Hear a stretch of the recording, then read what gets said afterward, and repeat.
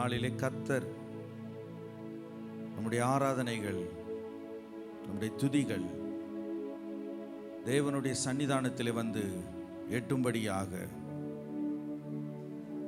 நாம் ஆராதிக்க போகிறோம். எத்தனை பேர் கர்த்தர் இந்த நாளில் அற்புதத்தை செய்ய இருக்கிறார் என்று எத்தனை பேர் விசுவாசிக்கிறீங்க? ஆமென். நாளில் கர்த்தரை நாம் ஆராதிக்க போகிறோம். தேவன் நல்லவராக இருக்கிறார். இதனால் எல்லாருமாக சேர்ந்து பாடி கர்த்தரை மகிமைப்படுத்த போகிறோம். எல்லாருமாக பாடுவோம், கர்த்தரை உயர்த்துவோம், நன்றியால் பாடிடுவோம், நாள்தோறும் பாடிடுவேன், நல்லவர் என் வாழ்வில் செய்தவைகளை எண்ணி என்றென்று பாடிடுவேன். இந்த ஒரு பாடல் எல்லாருமாக சேர்ந்து இந்த பாடலை நாம் பாடுவோம், கர்த்தரை மகிமைப்படுத்துவோம்.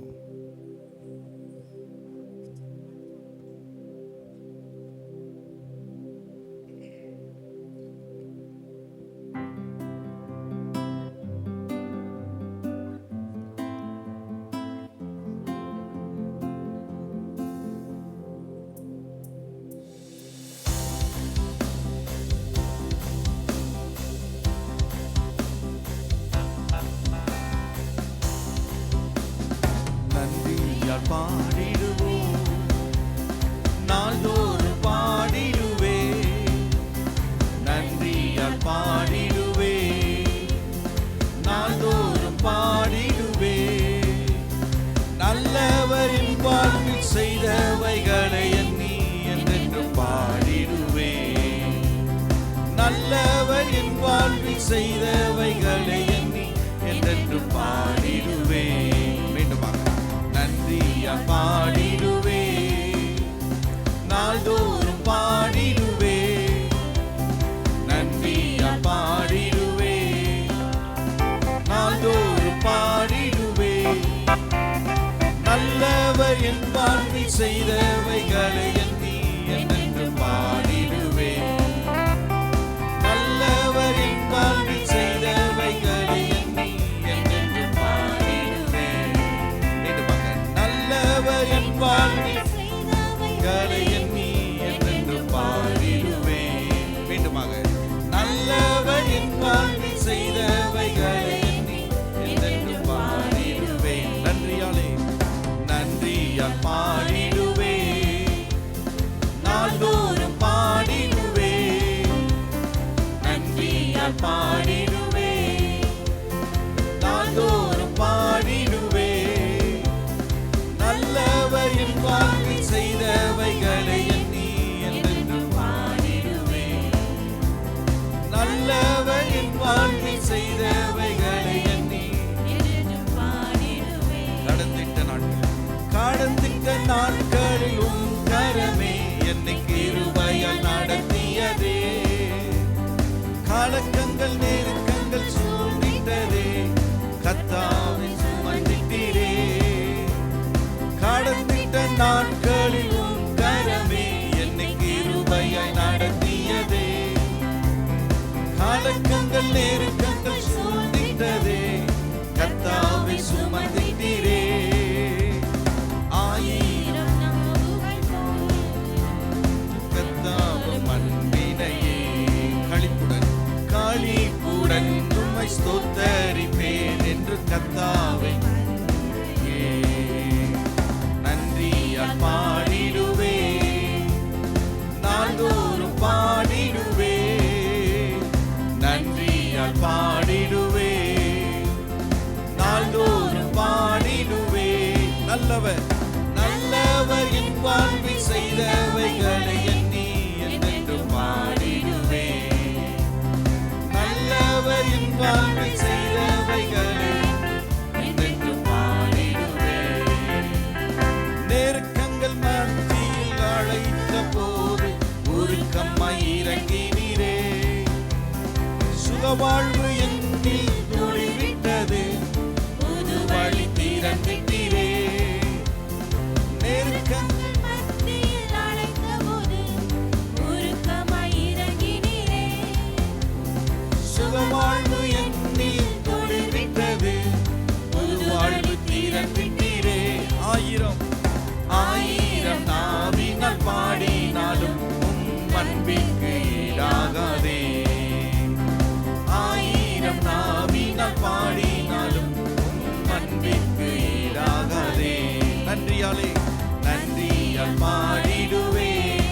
கரங்களை தட்டி பாடுவோம். எல்லாருமாய் நன்றியால் பாடிடுவே, நாள்தோறும் பாடிடுவே, நல்லவர் என் வாழ்வில் செய்தவைகளை எண்ணி என்றென்று பாடிடுவே, நல்லவர் என் வாழ்வில் செய்தவைகளை எண்ணி என்றென்று பாடிடுவே. மீண்டுமாக எல்லாருமாய் நல்லவர் என் வாழ்வில் செய்தவைகளை எண்ணி என்றென்று பாடிடுவே, நல்லவர் என் வாழ்வில் செய்தவைகளை எண்ணி என்றென்று பாடிடுவே. நன்மையாலே நன்மையால் என் வாயை திறந்திட்டீரே, என்றென்று பாடிடுவே, ஆத்துமாவே நீ ஸ்தோத்தரிப்பாய் அவர் செய்த நன்மைகள்.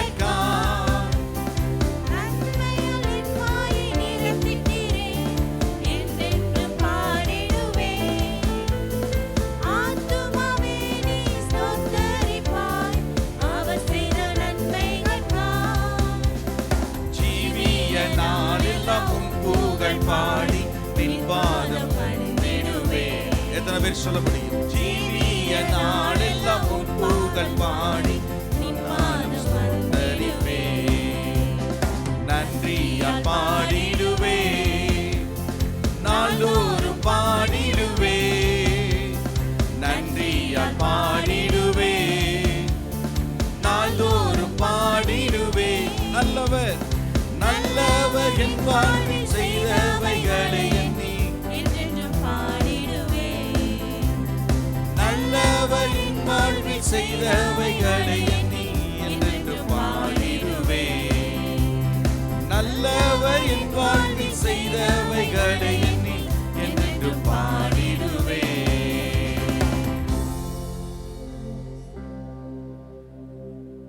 வேதவசனத்திலே சொல்லப்பட்டிருக்கிறது, அவர் செய்த சகல உபகாரங்களையும் மறவாதே. மனுஷன் இதுல தான் ரொம்ப அதிகமா மறக்கிறது. செய்த நன்மைகளை மறக்கிறது சுலபமா மறந்துட முடியும். ஆனா மறக்க வேண்டியவைகளை என்னாலும் வாழ்க்கையில சாகிற வரையிலும் என்ன செஞ்சுக்கிறான், மனதுக்குள்ளேயே வைத்துக் கொள்கிறான். ஏதாவது ஒரு நன்மையை காணாதபடி ஒரு தீமையை அவனுடைய வாழ்க்கையில் அனுபவிச்சிட்டான் அப்படின்னா அந்த தீமையை அவன் வாழ்க்கையில மறப்பதே இல்லை. ஆனால் வேதவசனம் என்ன சொல்லுகிறது என்றால், அவர் செய்த சகல உபகாரங்களையும் மறவாதே. நன்மைகளை வாழ்க்கையில மறக்க கூடாது. கர்த்தர் எப்பொழுதுமே நன்மையை செய்கிறவர். நன்மையை செய்வதற்காக தான் இந்த உலகத்திற்கு வந்திருக்கிறார். அவர் நன்மைக்காகவே இந்த உலகத்தில் பிறந்து நம்மை ரட்சித்து நம்மை மீட்டு அவருடைய பிள்ளையாய் நம்மை மாற்றி இருப்பதற்கான காரணம் எதுன்னா, அவர் நன்மையை ஒவ்வொரு நாளும் வாழ்க்கையில செய்து கொண்டிருக்கிறார். அதை நினைவுபடுத்துவதற்கு தான் அவர் உடைய பிள்ளைகளான நீங்களும் நானும் இங்கே உட்கார்ந்து கொண்டிருக்கிறோம். ஆமென். மீண்டுமாக இந்த அடிகளை நாம் பாடப் போகிறோம். நன்மைகள் என் வாழ்வில் செய்தவைகளை எண்ணி என்றென்று பாடிடுவேன். இந்த ஒரு அடியை மட்டும் எல்லாருமாக சேர்ந்து பாடலாமா? நல்லவர் என் வாழ்வில் செய்தவைகளை எண்ணி என்றென்று பாடிடுவேன். மீண்டுமாக, நல்லவர் என் வாழ்வில் செய்தவைகளை எண்ணி என்றென்று பாடிடுவேன். அவர் செய்து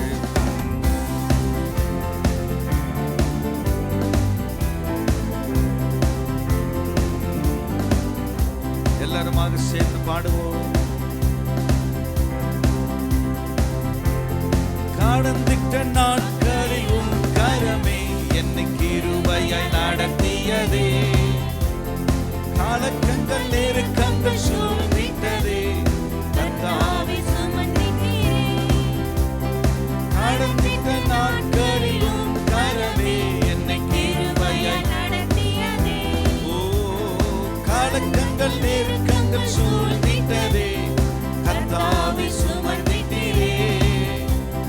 களிப்புடன் உம்மை ஸ்தோத்தரிப்பேன் என்று கர்த்தாவும் அன்பினையே.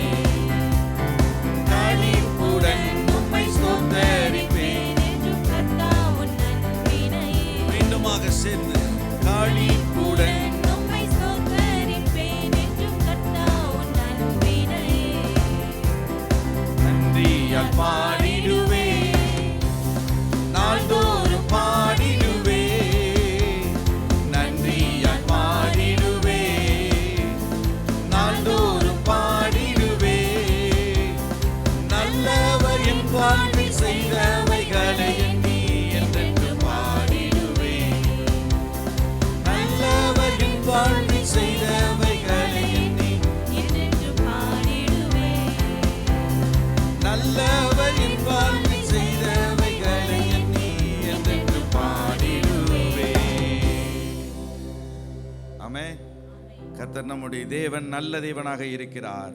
ஹல்லேலூயா. இந்த காலை நேரத்தில் எல்லாருமாக சேர்ந்து, இந்த மாலை நேரத்தில் எல்லாருமாக சேர்ந்து அவரை ஆராதிக்க போகிறோம். நம்முடைய தேவன் நல்ல தேவன்.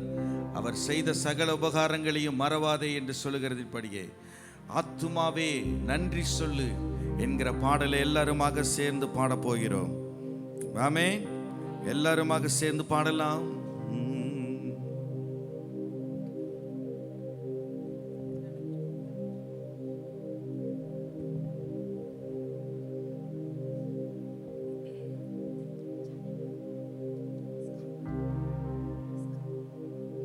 எல்லாருமாய் பாடுவோம்.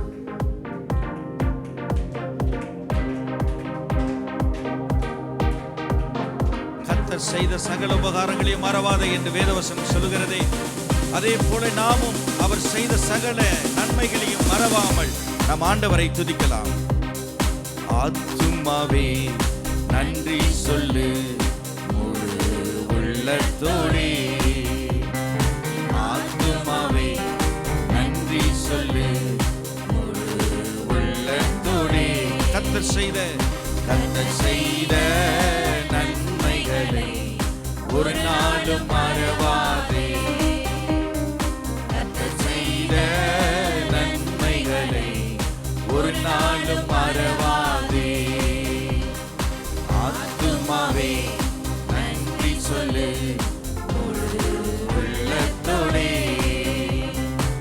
ஆத்துமாவே நன்றி சொல்லு முழு உள்ளத்தோடே. ஆமென். எல்லாருமாக சேர்ந்து ஆத்துமாவே நன்றி சொல்லு, அவர் செய்த சகல உபகாரங்களை மறவாதே என்று சொல்லுகிறதை போல கர்த்தர் செய்த சகல உபகாரங்களை மறவாமல் எல்லாருமாக பாடி கர்த்தரை மகிமைப்படுத்துவோம். ஆமென்.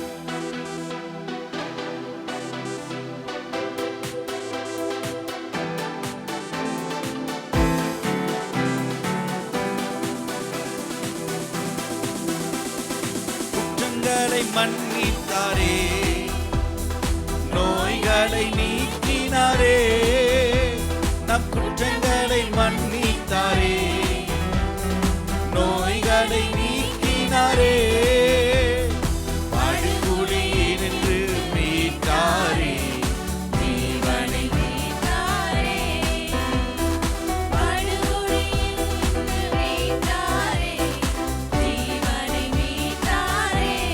கர்த்தர் செய்த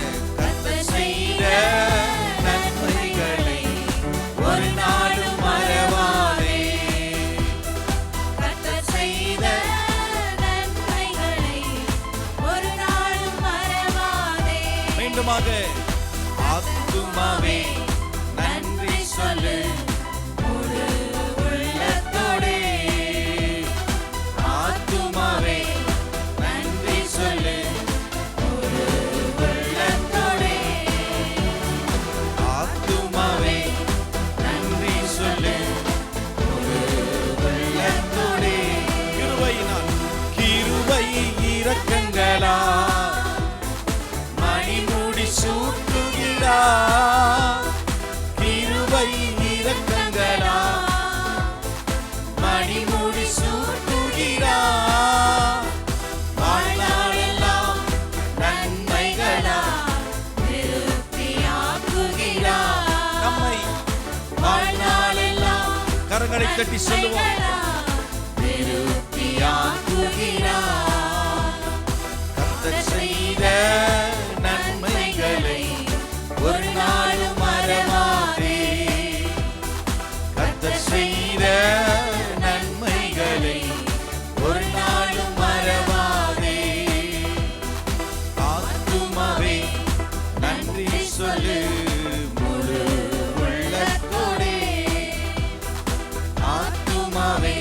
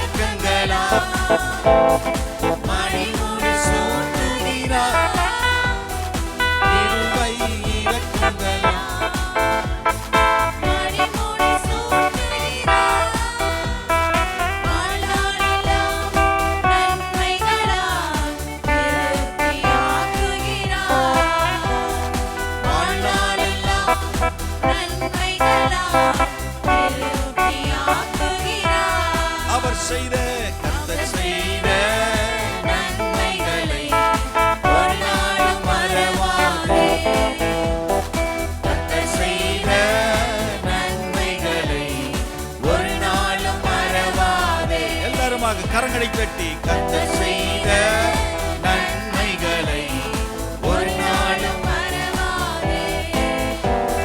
கர்த்தர் செய்த நன்மைகளை ஒரு நாளும் மறவாதே. ஓ கர்த்தர் செய்த நன்மைகளை ஒரு நாளும் மறவாதே. இளமை கழுகு போல புதிதாக்கி மகிழ்கின்றார். நம் இளமை கழுகு போல புதிதாக்கி மகிழ்கின்றார். நாம் ஓடினாலும் நடந்தாலும் குறைவதில்லை. நான் ஓடினாலும் நடந்தாலும் குறைவதில்லை. அவர் செய்த நன்மைகளை ஒரு நாளும் மறவாதே. அவர் செய்த நன்மைகளை ஒரு நாளும் மறவாதே. மீண்டுமாக அவர் செய்த நன்மைகளை ஒரு நாளும் மறவாதே. ஆமென்.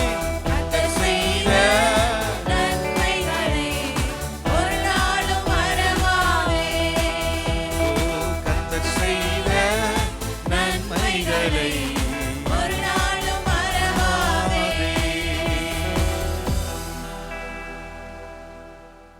எல்லாருமாக எழுப்பி நின்ற வண்ணமாய் நம் கர்த்தரை நாம் துதிக்க போகிறோம். ஆண்டவரே, நீர் செய்த நன்மைகள் ஆயிரமானவைகள். எங்க வாழ்க்கையில எத்தனையோ நன்மைகளை செய்திருக்கிறீர். இந்த நாளில நாங்கள் நிற்பது கூட உம்முடைய கிருபை. எத்தனை பேர் சொல்ல முடியும்? கண்களை மூடி தேவ பிரசன்னத்தில் ஆண்டவரே, உம்முடைய கிருபையால நாங்கள் நிற்கிறோம். நீர் செய்த நன்மையாலே நாங்கள் நிற்கிறோம். நாங்கள் சுவாசம் விடுவதற்கான காரணமே நீர் மட்டும்தான். ஆண்டவரே, எங்களை ரட்சித்தீரே, எங்களை தெரிந்தெடுத்தீரே. ஆண்டவரே, எங்களை மறவாமல் நீர் எங்களை காத்தபடியினாலே உமக்கு நன்றிகளை செலுத்துகின்றோம். கரங்களை உயர்த்தி இரவும் பகலும் என்னை நினைத்து இதுவரை சொல்லுங்க பார்க்கலாம். இரவும் பகலும் என்னை நினைத்து இதுவரை நடத்தினீரே. நன்றி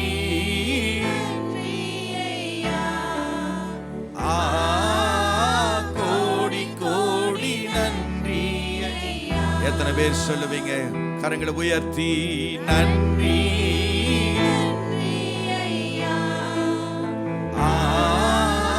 கோடி கோடி கரங்களை உயர்த்தி மீண்டுமாக இரவும் பகலும் என்னை நினைத்து இதுவரை நடத்தினீரே. இரவும் பகலும் இதுவரை நடத்தினீரே. நன்றி ராஜா, நன்றி நன்றி. கோடி கோடி நன்றி ஐயா. நன்றி நன்றி ஐயா. கோடி கோடி நன்றி. எபினேசரே, எபினேசர் நீர்தானையா.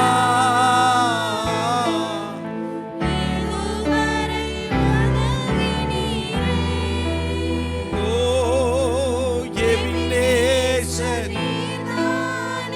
இதுவரை உதவினீரே, இதுவரை உதவினீரே.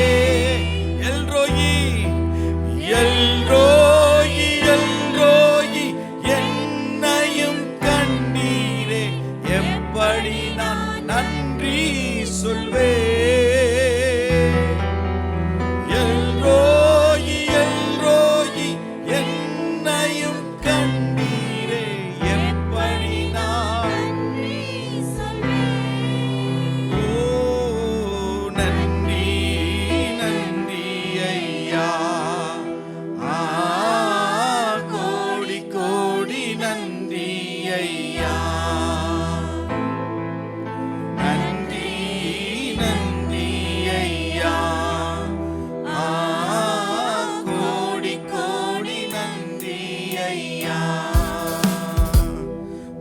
மறவாமல் நினைத்தீரையா,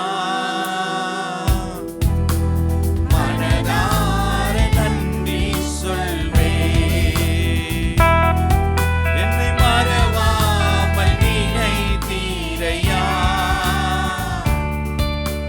மனதார நன்றி சொல்வேன். இரவும் பகலும் இரவும் பகலும் என்னை நினைத்து இதுவரை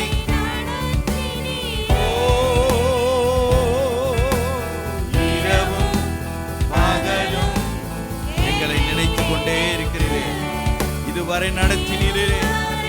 எத்தனை பேர் சொல்ல முடியும்? மீண்டுமாக சொல்லுவோம். இரவும் பகலும் என்னை நினைத்து இதுவரை நடத்தினீரே. நன்றி நன்றி ஐயா, கோடி கோடி நன்றி ஐயா. நன்றி நன்றி ஐயா, கோடி கோடி நன்றி ஐயா. கரங்களை உயர்த்தின வண்ணமாய் பலவீன நேரங்களில் தந்தீரையா,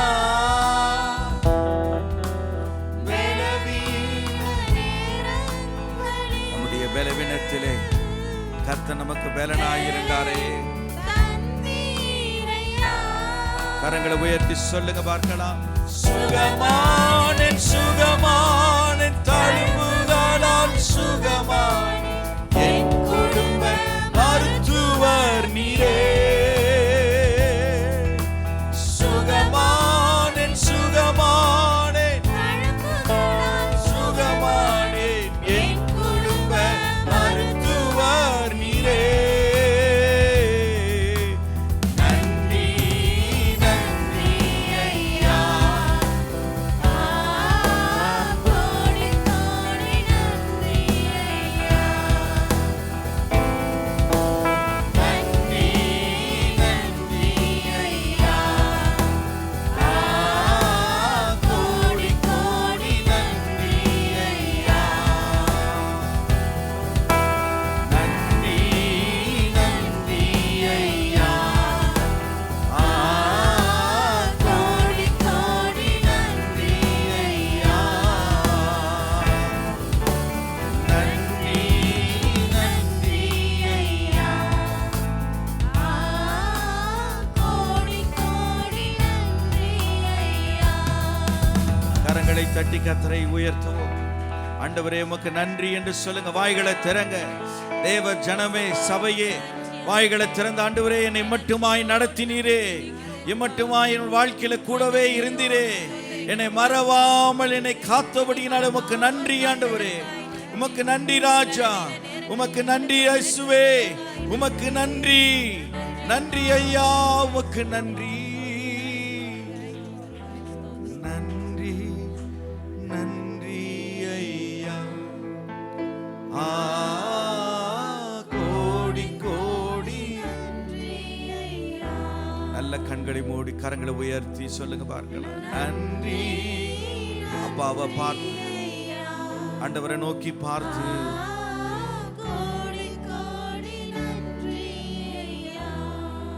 என் வாழ்க்கையில கூடவே இருந்து நடத்துனீங்க. இந்த வருஷத்தின் கடைசியில நாங்க நிற்கிறோம்.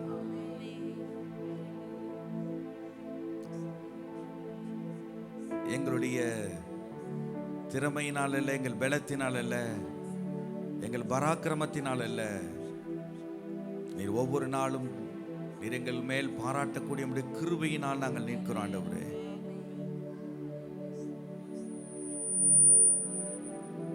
எங்கள் வாழ்க்கையில நீர் கூட இருந்ததற்காக உமக்கு நன்றி.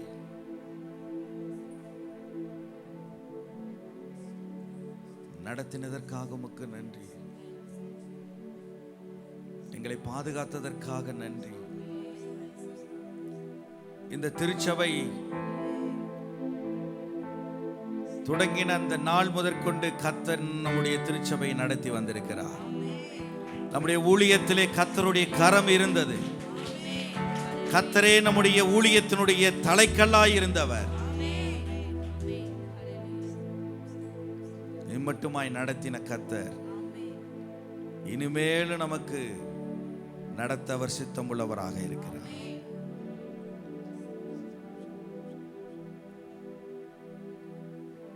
எத்தனை தடைகள் வந்தது, எத்தனை அவமானங்கள் வந்தது, ஊழியத்தை கெடுக்க வேண்டும் என்று எத்தனை விதமான சம்பளாத்துகளும் தொபியாக்களும் எழும்பினார்கள்.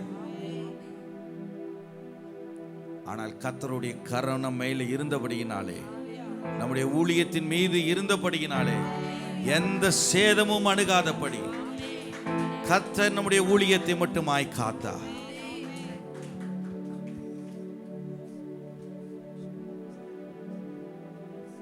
நம்முடைய கர்த்தர் நமக்கு கொடுத்திருக்கிற இந்த திருச்சபையானது ஒரு நோவாவின் பேழையை போல இருக்கிறது. அந்த பேழைக்குள் இருக்கிறவரையிலும் பாதுகாப்பு நிச்சயமாலுமே கிடைக்கப்படும். பல மிருகங்கள் இருந்தது. ஊர்வனைகள், பரப்பன, நீந்துவனை தவிர மற்ற எல்லாமே இந்த உலகத்தில் இருந்தது.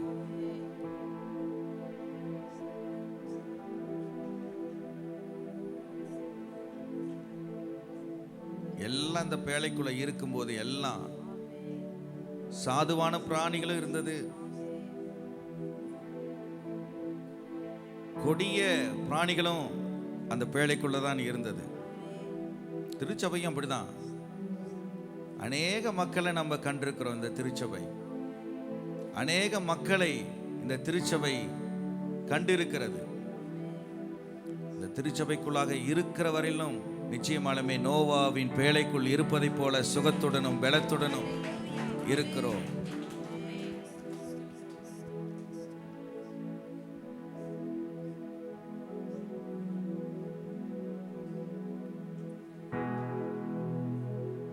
வானம் பூமி ஒளிந்து போனாலும்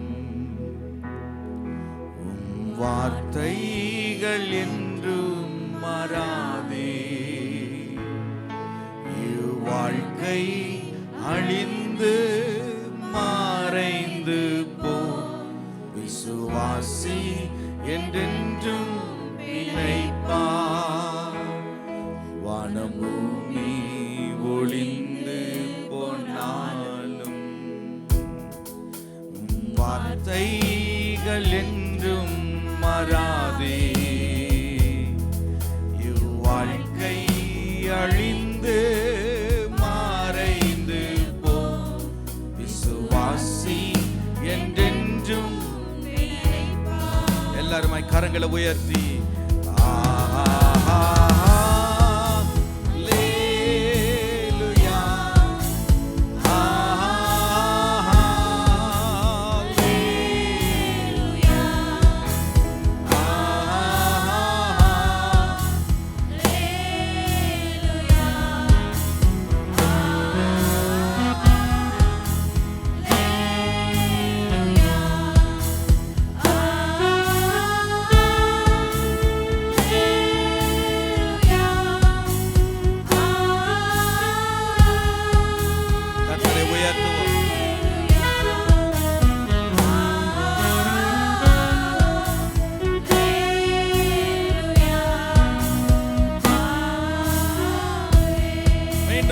சேர்ந்து வண்ணமாய்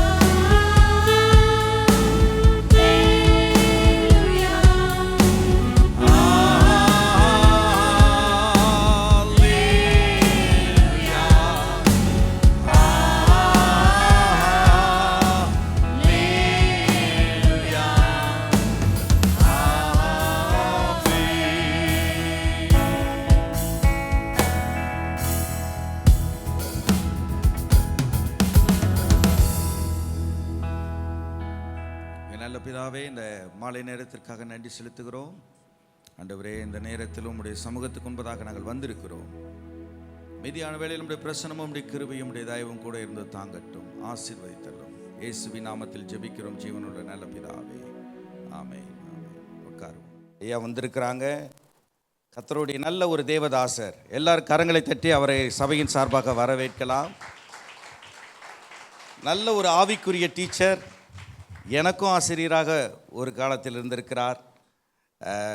நாங்கள் எல்லாருமே அண்ணன் அப்படிங்கிற ஒரு பழக்கத்தோடு எனக்கு அநேக விதமான சாம்பி செல்லதுரை அவர்களோடு சேர்ந்து இணைந்து பல ஊழியங்களை செய்திருக்கிறார்கள். உடன் ஊழியராகவும் அவர்களோடு கூட இருந்திருக்கிறார்கள். அது மட்டும் இல்லாதபடி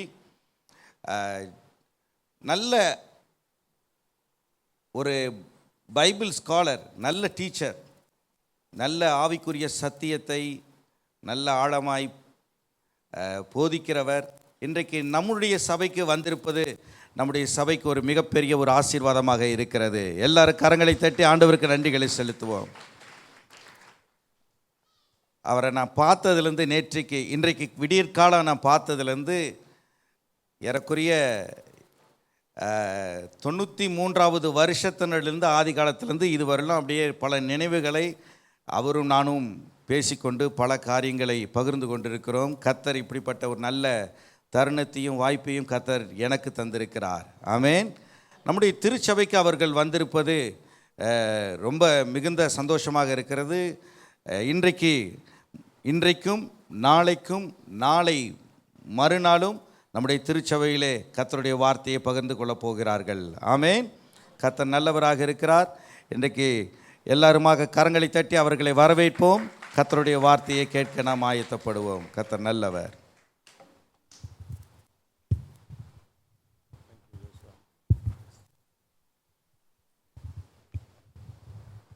ஆண்டவராகிய இயேசுவின் நாமத்தினாலே இந்த மாலையிலே உங்கள் ஒவ்வொருவரையும் வாழ்த்துகிறேன். இன்று மாலை உங்கள் மத்தியில் இருப்பது எனக்கு மிகப்பெரிய ஒரு சந்தோஷமான காரியம். ஆமென். கர்த்தர் மெய்யாகவே நல்லவர். எத்தனை பேர் கர்த்தர் நல்லவர் என்று சொல்லுகிறீர்கள்? ஹல்லேலூயா.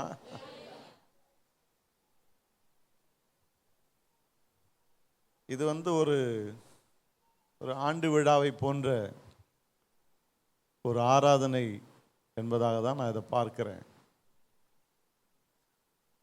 அற்பமான ஆரம்பத்தை கர்த்தர் இப்படி சம்பூர்ணமாக கொண்டு வந்திருக்கிறார். ஹல்லேலூயா. இன்னும் நிறைய போக வேண்டியது இருக்கு. எத்தனை பேர் ஆமென்னு சொல்றீங்க? இதெல்லாம் முடிவு, இன்னும் நிறைய போக வேண்டி இருக்கு.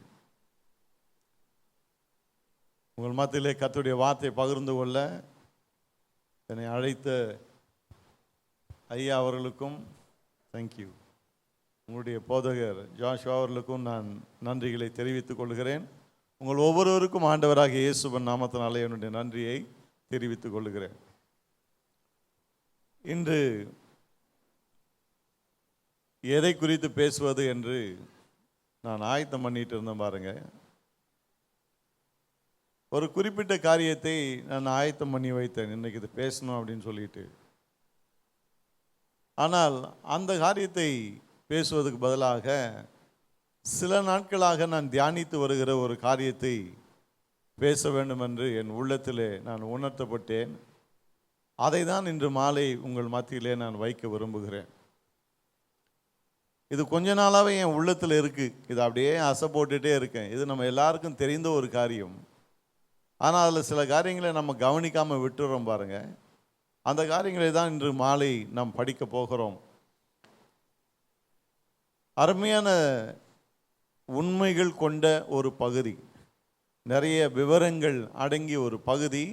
அதை தான் நாம் தியானிக்க போகிறோம். கர்த்தர் அந்த வார்த்தைகளை கொண்டு நிச்சயம் நம்மோடு கூட பேசுவார் என்று நான் விசுவாசிக்கிறேன். ஆமென். திருப்பிக் கொள்வோமா? அப்போஸ்தலர் நடபடிகள் புஸ்தகம் 13ஆம் அதிகாரம் முதல் 3 வசனங்கள். அப்போஸ்தலர் 13 முதல் 3 வசனங்கள். அந்தியோகியா பட்டணத்தில் உள்ள சபையிலே பர்னபாவும் நீகர் எனப்பட்ட சிமியோனும் சிரேனே ஊரானாகிய லூகியும் கார்பங்கு தேசாதிபதியாகிய ஏரோதுடன் கூட வளர்க்கப்பட்ட மனாயினும் சவுலும் தீர்க்கதரிசிகளாயும் போதகர்களாயும் இருந்தார்கள். அவர்கள் கர்த்தருக்கு ஆராதனை செய்து உபவாசித்து கொண்டிருக்கிற போது பர்னபாவையும் சவுலையும் நான் அழைத்த ஊழியத்துக்காக அவர்களை பிரித்து விடுங்கள் என்று பரிசுத்த ஆவியானவர் திருவுளம் பற்றினார். அப்பொழுது உபவாசித்து ஜெபம் பண்ணி அவர்கள் மேல் கைகளை வைத்து அவர்களை அனுப்பினார்கள். கண்களை மூடி ஜெபிப்போம். எங்கள் அன்பின் பிதாவே, இந்த நல்ல வேலைக்காக நாங்கள் நமக்கு நன்றி சொல்லுகிறோம். பரிசுத்த ஆவியானவர்கள் மத்தியில் அசைவாடி கொண்டிருக்கிறதுக்காக ஸ்தோத்திரம் ஆண்டவரே. இந்த மாலையிலே ஆண்டவரே எங்களுக்கு வெளிச்சத்தை தருவீராக, எங்கள் மனக்கண்களை திறப்பீராக. இந்த சத்தியத்தை நாங்கள் விளங்கிக் கொள்ள எங்களுக்கு உதவி செய்யும் ஆண்டவரே. சத்தியத்தை அறிவீர்கள், சத்தியம் உங்களை விடுதலை ஆக்கும் என்று தான் நீர் வாக்கு பண்ணியிருக்கிறீர். இந்த மாலையிலே விடுதலையாக்கும் சத்தியங்களை நோக்கி வரட்டும் என்று செபிக்கிறேன். இயேசுவின் நாமத்தினாலே மனக்கண்கள் திறக்கப்படுவதாக. இயேசுவின் நாமத்தினாலே கவனமெல்லாம் தேவனுடைய வார்த்தையின் மீது இருக்கட்டும் என்று செபிக்கிறேன். Thank you Lord. எங்கள் ஒவ்வொருவரோடு கூட இந்த மாலையிலே நீர் பேசுவீராக. உம்முடைய நாமம் மகிமைப்படுவதாக, உள்ளங்கள் தேற்றப்படுவதாக, உள்ளங்களிலே விசுவாசம் எழும்பட்டும் ஆண்டவரே. தீர்மானங்களுக்கு நேராக மக்கள் கடந்து வரட்டும். வல்ல கரத்தில் அர்ப்பணிக்கிறோம். இயேசுவின் நாமத்தில் ஜெபிக்கிறோம் எங்கள் நல்ல பிதாவே. ஆமேன், ஆமேன். இந்த அந்தியோகியா சபை குறித்து தான் இன்று மாலை நம்ம கவனிக்க போகிறோம். அப்போஸ்தலர் நடவடிக்கைகள் புஸ்தகத்தை நீங்கள் பார்த்தீங்கன்னு சொன்னால் 2 அந்தியோகியாக்களை குறித்து நம்ம அங்கே வாசிக்கிறோம். இங்கே 13ஆம் அதிகாரத்தில் இருக்கிற அந்தியோகியா சிரியன் ஆன்டியாக் என்று அதை அழைப்பார்கள். ஏன்னா அந்த பகுதியிலே இந்த அந்தியோகியா இருந்ததுனால இதை சிரியன் ஆன்டியாக் என்று அழைப்பாங்க. அந்த காலத்தில் ஒரு ராஜா இருந்தான் பாருங்க, அவன் சும்மா இல்லை, என்ன பண்ணிட்டான், ஏறக்குறைய 16 பட்டணங்களுக்கு இந்த பேரை வச்சுட்டான். பைபிளில் நம்ம 2 தான் வாசிக்கிறோம், ஆனால் 16 பட்டணங்களுக்கு அந்தியோகியா என்று பெயர். ஆகவே தான் முன்னாடி இன்னொரு பேரை வச்சு இது இந்த ஊரில் இருக்கிற அந்தியோகியா, இது இந்த நாட்டில் இருக்கிற அந்தியோகியான்னு சொல்லக்கூடிய அளவுக்கு அந்த ராஜா பண்ணிட்டான் பாருங்க. இது சீரியாவில் இருக்கிற அந்தியோகியா. இந்த அந்தியோகியா பட்டணம் அன்றைய ரோமாபுரியில் 3வது மிகப்பெரிய ஒரு பட்டணம் என்று சொல்லலாம். முதலாவது பெரிய பட்டணம் இத்தாலியில் இருந்த ரோமாபுரி பட்டணம். 2வது எகிப்து தேசத்தில் இருந்த அலெக்சாண்ட்ரியா. இது எல்லாமே ரோமருடைய ஆட்சியின் கீழ் இருந்தது. இந்த முதல் 2 பெரிய பட்டணங்கள் இந்த ரோமாபுரியும் அலெக்சாண்ட்ரியாவும். 3வது இருக்கிறது இந்த அந்தியோகியா பட்டணம். அவ்வளோ மிகப்பெரிய ஒரு பட்டணம், மிக முக்கியமான ஒரு பட்டணம். அந்த ஊர் கவர்னர் வாழ்ந்த ஒரு பட்டணம். ஆகவே ரொம்ப முக்கியத்துவம் வாய்ந்த ஒரு பட்டணம் இது. இந்த பட்டணத்துக்கு, இப்படிப்பட்ட ஒரு ரோமாபுரி பட்டணத்துக்கு சுவிசேஷம் எப்படி சென்றது, அங்கே என்னெல்லாம் நடந்தது, கர்த்தர் அங்கே இருந்தவர்களை கொண்டு என்ன செய்தார், அந்த அந்தியோகியா சபையில் இருந்த அந்த விசுவாசிகள் அவர்கள் மூலமாய் கர்த்தர் என்னெல்லாம் காரியங்களை செய்தார் என்பதை தான் இன்று மாலை நாம் கவனிக்க போகிறோம். சரி, அப்போஸ்தலர் 11:19 கவனிப்போமா? அப்போஸ்தலர் 11:19 இங்கே எப்படி சபை ஆரம்பிக்கப்பட்டது என்பதை கவனிப்போம். ஸ்தேவான் நிமித்தமாய் எழும்பின உபத்திரவத்தினாலே சிதறப்பட்டவர்கள் சுவிசேஷ வசனத்தை யூதர்களுக்கே அன்றி மற்ற ஒருவருக்கும் அறிவியாமல் பெனிக்கே நாடு, சீப்ரு தீவு, அந்தியோகியா பட்டணம் வரைக்கும் சுற்றி திரிந்தார்கள். இந்த வசனம் ரொம்ப தெளிவாக ஒரு காரியத்தை சொல்லுகிறது. அந்தியோகியாவுக்கு எப்படி சுவிசேஷம் போனது? எருசலேமில் ஸ்தேவான் நிமித்தமாக உபத்திரவம் ஏற்பட்டது நம்ம எல்லாருக்கும் தெரியும் இல்லையா? அந்த உபத்திரவத்தில் நிறைய பேர் சிதறி பல இடங்களுக்கு போனாங்க. அதில் ஒரு சிலர் இந்த அந்தியோகியா பட்டணத்துக்கு போனார்கள், ஒரு சிலர் சீப்ரு தீவுக்கு போனார்கள். இப்படியெல்லாம் நடந்தது பாருங்க. இந்த அந்தியோகியாவுக்கு அவர்கள் அங்கே சுவிசேஷத்தை அறிவித்தார்கள் என்று பார்க்குறோம். பாருங்க, அந்தியோகியா பட்டணம் வரைக்கும் சுற்றி திரிந்தார்கள் என்று சொல்லுது. சுற்றி திரிந்தாருன்னா ஜாலியாக ஊர் சுற்றி இருந்தாங்க அப்படி யோசிக்கக்கூடாது பாருங்க. ஒரு பெரிய காரியத்தை அங்கே சாதித்தார்கள். அவங்க 20லேருந்து 22 வரைக்கும் வாசிக்கலாமா? அவர்களில் சீப்ரு தீவாரும் சிரேனே பட்டணத்தாருமாகிய சிலர் அந்தியோகியா பட்டணத்துக்கு கிரேக்கருடனே பேசி கர்த்தராகிய இயேசுவை குறித்து பிரசங்கித்தார்கள். கர்த்தருடைய கரம் அவர்களோட இருந்தது. அநேக ஜனங்கள் விசுவாசிகளாகி கர்த்தரிடத்தில் திரும்பினார்கள். எருசலேமில் உள்ள சபையார் இந்த காரியங்களை குறித்து கேள்விப்பட்ட போது அந்தியோகியா வரைக்கும் போகும்படிக்கு பர்னபாவை அனுப்பினார்கள். இந்த வசனங்களுக்கெல்லாம் பெருசாக நம்ம விளக்கம் சொல்ல வேண்டிய அவசியம் இல்லை பாருங்க. அந்தியோகியாவுக்கு போகிறார்கள், அங்கே சுற்றி திரிந்தார்கள் என்று வேதம் சொல்லுது இல்லையா? அதுக்கு என்ன அர்த்தம்னா 20ஆம் வசனத்தில் இயேசுவை குறித்து பிரசங்கித்தார்கள் என்று இருக்கு பாருங்க. அப்போ அந்தியோகியாவுக்கு போய் அங்கே இயேசுவை குறித்து அவர்கள் பிரசங்கித்தார்கள். இதில் கவனிக்க வேண்டியது என்னன்னு சொன்னால், இந்த உபத்திரவத்தினாலே சிதறி போனவர்கள், ஐயோ இந்த மாதிரி உபத்திரம் வந்துச்சே, நம்மெல்லாம் இயேசுவை ஏற்றுக்கொண்டோமே, நம்முடைய வாழ்க்கையே இந்த மாதிரி ஆயிடுச்சு, நம்முடைய வீடு மனைவி பிள்ளை குட்டிங்க எல்லாரையும் விட்டுட்டு நம்ம இங்கே அனாதைகளை போல சுற்றி திரிகிறோமேன்னு சொல்லிட்டு ஒரு மூலையில் உட்காந்துட்டு அழுதுட்டு இல்லை பாருங்க. அவர்கள் உபத்திரம் வந்தது இயேசு நிமித்தமாய், சுவிசேஷத்து நிமித்தமாய் உபத்திரம் வந்தது உண்மைதான். ஆனாலும் எங்கெல்லாம் போனார்களோ அங்கெல்லாம் சுவிசேஷத்தை அறிவித்தார்கள் என்று நம்ம வாசிக்கிறோம். ஆமென். ரொம்ப முக்கியமாக நம்ம கவனிக்கணும் பாருங்க. இதே மாதிரி தான் பிலிப்பு உபத்திரவத்தினால சிதறி போயிட்டு சமாரியாவுக்கு சென்றான் என்று அப்போஸ்தலர் 8ஆம் அதிகாரத்தில் வாசிக்கிறோம். அங்கே போய் அவன் ஊழியம் செய்தான், பெருந்திரளான மக்கள் ரட்சிக்கப்பட்டார்கள் என்று நாம் பார்க்கிறோம். அப்போ அருமையானவர்களே, தேவன் நம்முடைய கையில் மிகப்பெரிய ஒரு பொக்கிஷத்தை கொடுத்திருக்கிறார். அந்த பொக்கிஷத்தின் பெயர் இயேசு. ஆமென். எங்கெல்லாம் இவர்கள் போனார்களோ அங்கெல்லாம் இயேசு என்னும் பொக்கிஷத்தை மற்றவர்களுக்கு அறிவிக்க ஆரம்பித்தார்கள். ஏராளமான மக்கள் மனம் திரும்பி ஆண்டவராகிய இயேசுவை ஏற்றுக்கொண்டார்கள் என்று நம்ம பார்க்குறோம். இது நமக்கு மிகப்பெரிய ஒரு பாடம். என்னென்ன, நம்முடைய வாழ்க்கையில் இந்த மனுஷ வாழ்க்கைன்னு எடுத்துங்களேன், மனுஷ வாழ்க்கையை எடுத்துக்கிட்டாலுமே கஷ்டமும் துன்பமும் தொல்லையும் இல்லாத வாழ்க்கையே கிடையாது. ஏதோ ஒரு விதத்தில் நம்ம கஷ்டப்பட்டுட்டே இருக்கிறோம் பாருங்க. ஆனால் நம்ம மறக்கக்கூடாத ஒரு காரியம் என்ன, நம்முடைய வாழ்க்கையில் எவ்வளவு துன்பங்கள் துயரங்கள் இருந்தாலும் இயேசுவை அறிவிப்பதை நாம் நிறுத்திவிடவே கூடாது. ஹல்லேலூயா. எத்தனை பேர் ஆமென் சொல்றீங்க? ஒரு நாளும் இயேசுவை அறிவிப்பதை நாம நிறுத்தவே கூடாது. இந்த ஜனங்கள் அதை தான் செய்தார்கள் என்று நம்ம பார்க்குறோம். அவங்களுக்கே கஷ்டம். இன்னைக்கு நிறைய கிறிஸ்தவங்களை பாருங்களேன், அவங்களுடைய முதல் பிரச்சனை என்ன, ஏன் பைபிள் வாசிக்கிறது இல்லை, ஏன் ஜெபிக்கிறது இல்லை, என்ன சொல்லுவாங்க தெரியுமா, எனக்கே ஒரே பிரச்சனையாக இருக்குங்க அப்படின்வாங்க. ஏங்க பைபிள் வாசிக்கிறதுக்கு இதுக்கும் என்ன சம்பந்தம்? ஒரே பிரச்சனையாக இருக்குது, வாசிக்க முடியல, மன உளைச்சலாக இருக்குது. ஏன் ஜெபிக்கிறது இல்லை? ஒரே பிரச்சனையாக இருக்குது பாஸ்டர், வீட்டில் ஒரே பிரச்சனை. எல்லாத்துக்கும் காரணம் என்ன? பிரச்சனை வந்த உடனே நிறுத்திடுது, எல்லாத்தையும் நிறுத்திடுது. பைபிள் வாசிக்கிறத, ஜெபிக்கிறத, இன்னும் சில பேர் ஆலயத்துக்கு போகிறது நிறுத்திடுவாங்க.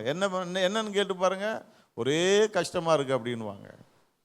அருமையானவர்களே, 1000 கஷ்டங்கள் நம்முடைய வாழ்க்கையில் இருக்கலாம். எத்தனை கஷ்டங்கள் வந்தாலும் அத்தனையும் போக்க வல்லவர் நம்முடைய ஆண்டவராகிய இயேசு கிறிஸ்து. ஹல்லேலூயா. அவர் மேலே பாரத்தை போட்டுட்டு அவரை பற்றி தொடர்ந்து நாம் அறிவித்து கொண்டே இருக்க வேண்டும். எத்தனை பேர் ஆமென் சொல்கிறீங்க? இது ஒரு தீர்மானம் எடுக்கணும் பாருங்க. நாம் சும்மா எப்போ பார்த்தாலும் எனக்கு இந்த தொல்லை அந்த தொல்லை, இந்த பிரச்சனை அந்த பிரச்சனை, கடன் பிரச்சனை, இதுன்னு அமைதியாக இருந்துடக்கூடாது பாருங்க. அதன் மத்தியிலே இயேசுவை தீவிரமாக நம்ம அறிவிக்க வேண்டும். ஹல்லேலூயா. இந்த அந்தியோகிய சபையை குறித்து இதனால தான் நம்ம பார்த்துக்கிட்டே இருக்கிறோம் பாருங்க. அந்தியோகிய சபையில் பிரச்சனை கிடையாது, ஆனால் பிரச்சனை நிறைந்தவர்கள் அங்கே போயிட்டு சுவிசேஷத்தை அறிவித்தார்கள். அதன் விளைவாக கர்த்தர் பெரிய காரியங்களை செய்தார் என்று நாம் வாசிக்கிறோம். சரி, இப்போ என்ன நடக்குது? 22 பார்க்குறோம் இல்லையா, எருசலேமில் உள்ள சபையார் அந்தியோகியால கர்த்தர் இப்பேற்பட்ட மகத்தான காரியங்களை செய்கிறார், ஏராளமான மக்கள் ரட்சிக்கப்படுகிறார்கள் என்று அப்போஸ்தலர்லாம் கேள்விப்படுறாங்க பாருங்க. கேள்விப்பட்ட உடனே அந்தியோகியாவுக்கு போயிட்டு வாங்கன்னு பர்னபாவை அனுப்பினார்கள் என்று நாம் பார்க்குறோம். 23, 24 வாசிக்கலாமா? அவன் போய் சேர்ந்து தேவனுடைய கிருபையை கண்டபோது சந்தோஷப்பட்டு கர்த்தரிடத்தில் மன நிர்ணயமாய் நிலைத்திருக்கும்படி எல்லாருக்கும் புத்தி சொன்னான். அவன் நல்லவனும் பரிசுத்த ஆவியினாலும் விசுவாசத்தினாலும் நிறைந்தவனுமாய் இருந்தான். அநேக ஜனங்கள் கர்த்தரிடமாய் சேர்க்கப்பட்டார்கள். ஆவியானவர் சில காரியங்களை சொல்வதற்கு பயன்படுத்தும் வார்த்தைகள் இருக்கு பார்த்தீங்களா, ரொம்ப அருமையா இருக்கு.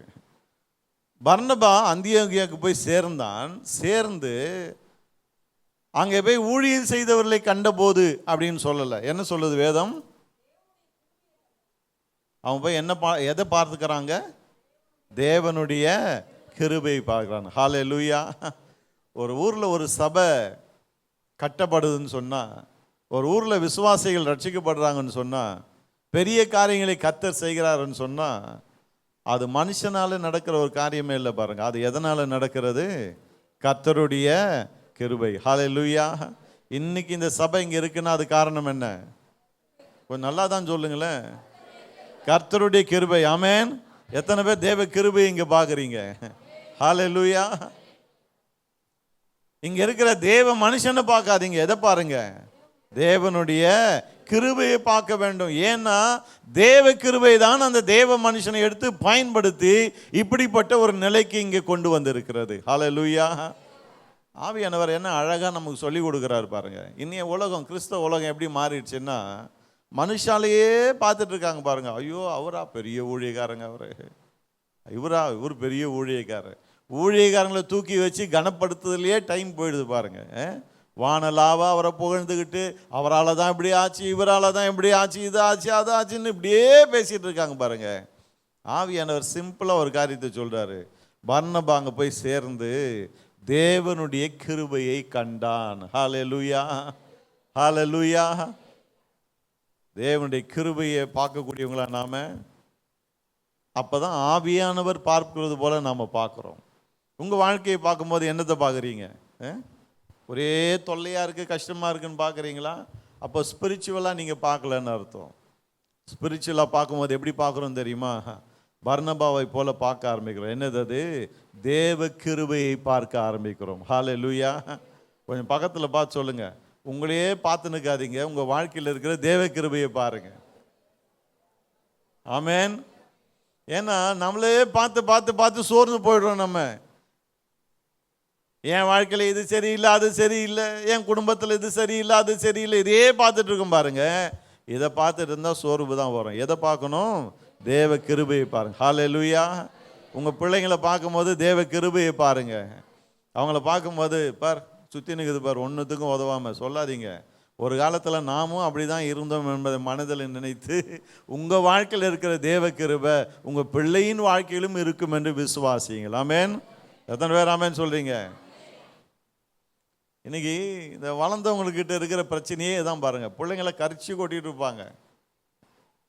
ஒரு ஒரு ஒரு ஒரு செகண்ட் எடுத்து இதே ஒரு 30 வருஷத்துக்கு முன்னாடி நாம் எப்படி இருந்தோன்னு கொஞ்சம் யோசித்து பார்த்தோன்னு வச்சுங்களேன், பிள்ளைங்களை திட்டவே மாட்டோம். ஏன்னா இந்த காலத்து பிள்ளைங்க நம்மளை விட எவ்வளோ நல்லா இருக்கிறாங்க. நான் என்ன வச்சு பேசுகிறேன், உங்களை வச்சு பேசலை. பிள்ளைங்க எப்படி வேணா இருக்கட்டும், அவங்களுடைய வாழ்க்கையில தேவ கிருபையை பாருங்கள். ஹல்லேலூயா.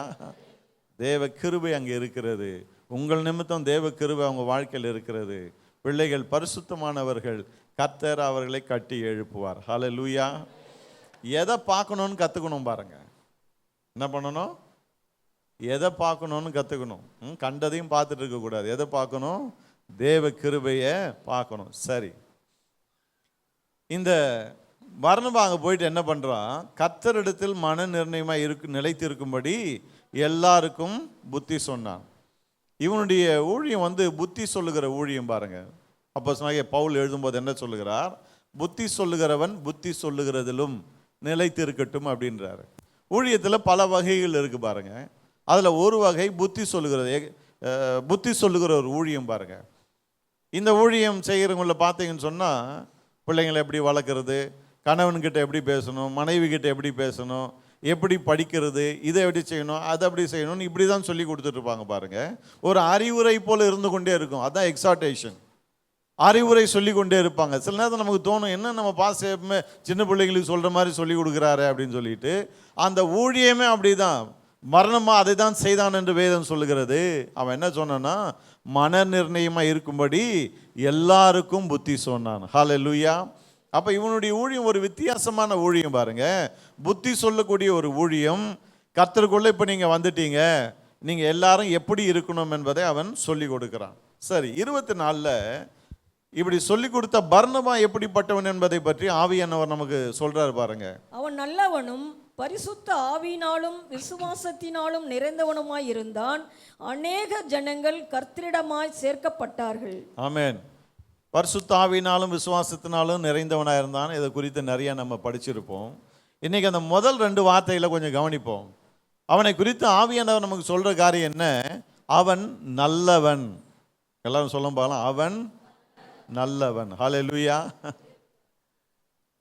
ஆவியானவர் ஒருத்தனை பார்த்து நல்லவன் அப்படின்றாருன்னா நம்ம ரொம்ப கவனிக்கணும் பாருங்க. அவனை நல்லவன் என்று அழைக்கிறார். நான் யோசித்தேன், ஆவியானவர் இவனை நல்லவன் சொல்கிறாரு அப்படின்னு. ஆகவே தான் சொன்னேன், இது என் மனசுலேயே ஓடிட்டு இருக்கு ரொம்ப நாளாக. எதுக்கு ஆவியானவர் அவனை நல்லவன் என்று சொல்லுகிறார் அப்படின்னு பார்க்கும்போது நிறைய விஷயங்கள் இருக்குது. ஏன் அவனை நல்லவன் என்று ஆவியானவர் சொல்கிறாருன்னு ஒரு சில காரியங்களை மட்டும் கவனிப்போம். முதலாவது காரியம் என்னென்னா, எருசலேமிலே அவன் செய்த அசாதாரணமான ஒரு ஊழியம் அவன் யார் என்பதை வெளிப்படுத்துகிறது. அவன் நல்லவன் என்பதை வெளிப்படுத்துகிறது. எருசலேமில் தான் அவனுக்கு பர்னபா என்கிற ஒரு பெயர் கொடுக்கப்பட்டது. அப்போஸ்தலர்கள் அவனுக்கு பர்னபான் பெயர் வைக்கிறாங்க. பர்னபான என்ன? ஆறுதலின் மகன் இல்லையா? அப்போ எருசலேமில் அவன் செய்த ஊழியத்தை கொஞ்சம் கவனிச்சு பாருங்க. அந்த விசுவாசிகளுக்கு ஆறுதலை கொடுக்கக்கூடிய ஒரு நல்ல ஊழியக்காரனாய் அவன் இருக்கிறான். எத்தனை பேர் ஆமேன் சொல்றீங்க? ஆமேன். இன்னைக்கு நிறைய பேர் வாயை திறந்து பேச ஆரம்பிச்சாங்கன்னா உள்ள இருக்கிற கொஞ்சம் நெஞ்ச ஆறுதலும் போயிடுது பாருங்க. உள்ள இருக்கிற கொஞ்சம் நெஞ்சம் விசுவாசம் போயிடுது, கொஞ்சம் நெஞ்ச தைரியம் போயிடுது. எல்லாவற்றையும் இழந்தவர்களாக வெளியே போகும்போது நம்ம எதுக்கு இங்கே வந்தோம், இப்போ என்னவா வெளியே போகிறோன்னு நமக்கு விளங்க மாட்டேது பாருங்க. ஒரு மாதிரி அப்படியே ஒரு மயக்க நிலையிலேயே போகிறோம். ஏன்னா பிரசங்கத்திலேயே போட்டு நம்ம உருட்டி பெரட்டி அடித்து உதச்சி துவைச்சி எடுத்து நான் ரட்சிக்கப்பட்டுட்டேன்னா இல்லையா, ஆவியானவர் எனக்குள்ளே இருக்கிறாரா இல்லையான்னு தெரியாமையே நிறைய பேர் போகிறாங்க பாருங்க. ஆனால் இந்த மனுஷன் பாருங்க, அவன் எப்படிப்பட்டவன்? அவன் நல்லவன். எந்த விதத்தில் அவன் நல்லவன் சொன்னால், அநேகருக்கு ஆறுதலை கொடுக்கக்கூடிய அளவுக்கு பிரசங்கம் பண்ண ஒரு நல்லவன். ஹல்லேலூயா. ஒரு முறை ஒரு பிரசங்கத்தை கேட்டுட்டு இருந்தோம் பாருங்க. அந்த பிரசங்கத்தில் அவர் சொல்றாரு,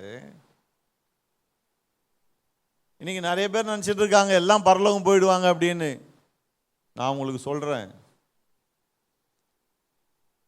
ஏனோக்கை போல தேவனோடு நீ சஞ்சரித்தால் நீ பரலோகம் போக மாட்ட, தெரியுமா உனக்கு அப்படின்னு.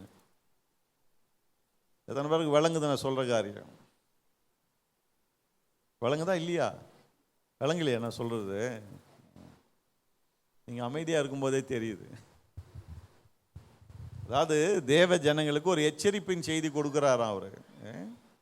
என்ன எச்சரிப்பின் செய்தி? ஏனோக்க மாதிரி நீ வாழ்ந்தாலும். ஏனோக்கு யாரு? தேவனோடு சஞ்சரித்து அப்படியே போயிட்டவன். அவனை மாதிரி நீ வாழ்ந்தாலும் நீ பரலோகத்துக்கு போக மாட்ட அப்படின்றாரு.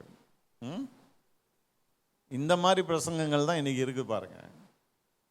அந்த மாதிரி வாழ்ந்து ஏனோக்கே போயிட்டான், அவனை மாதிரி நீ வாழ்ந்தேன்னா போக மாட்டான். அப்போ எப்படி தான் வாழணும் அதையும் சொல்லி கொடுக்க மாட்டாங்க.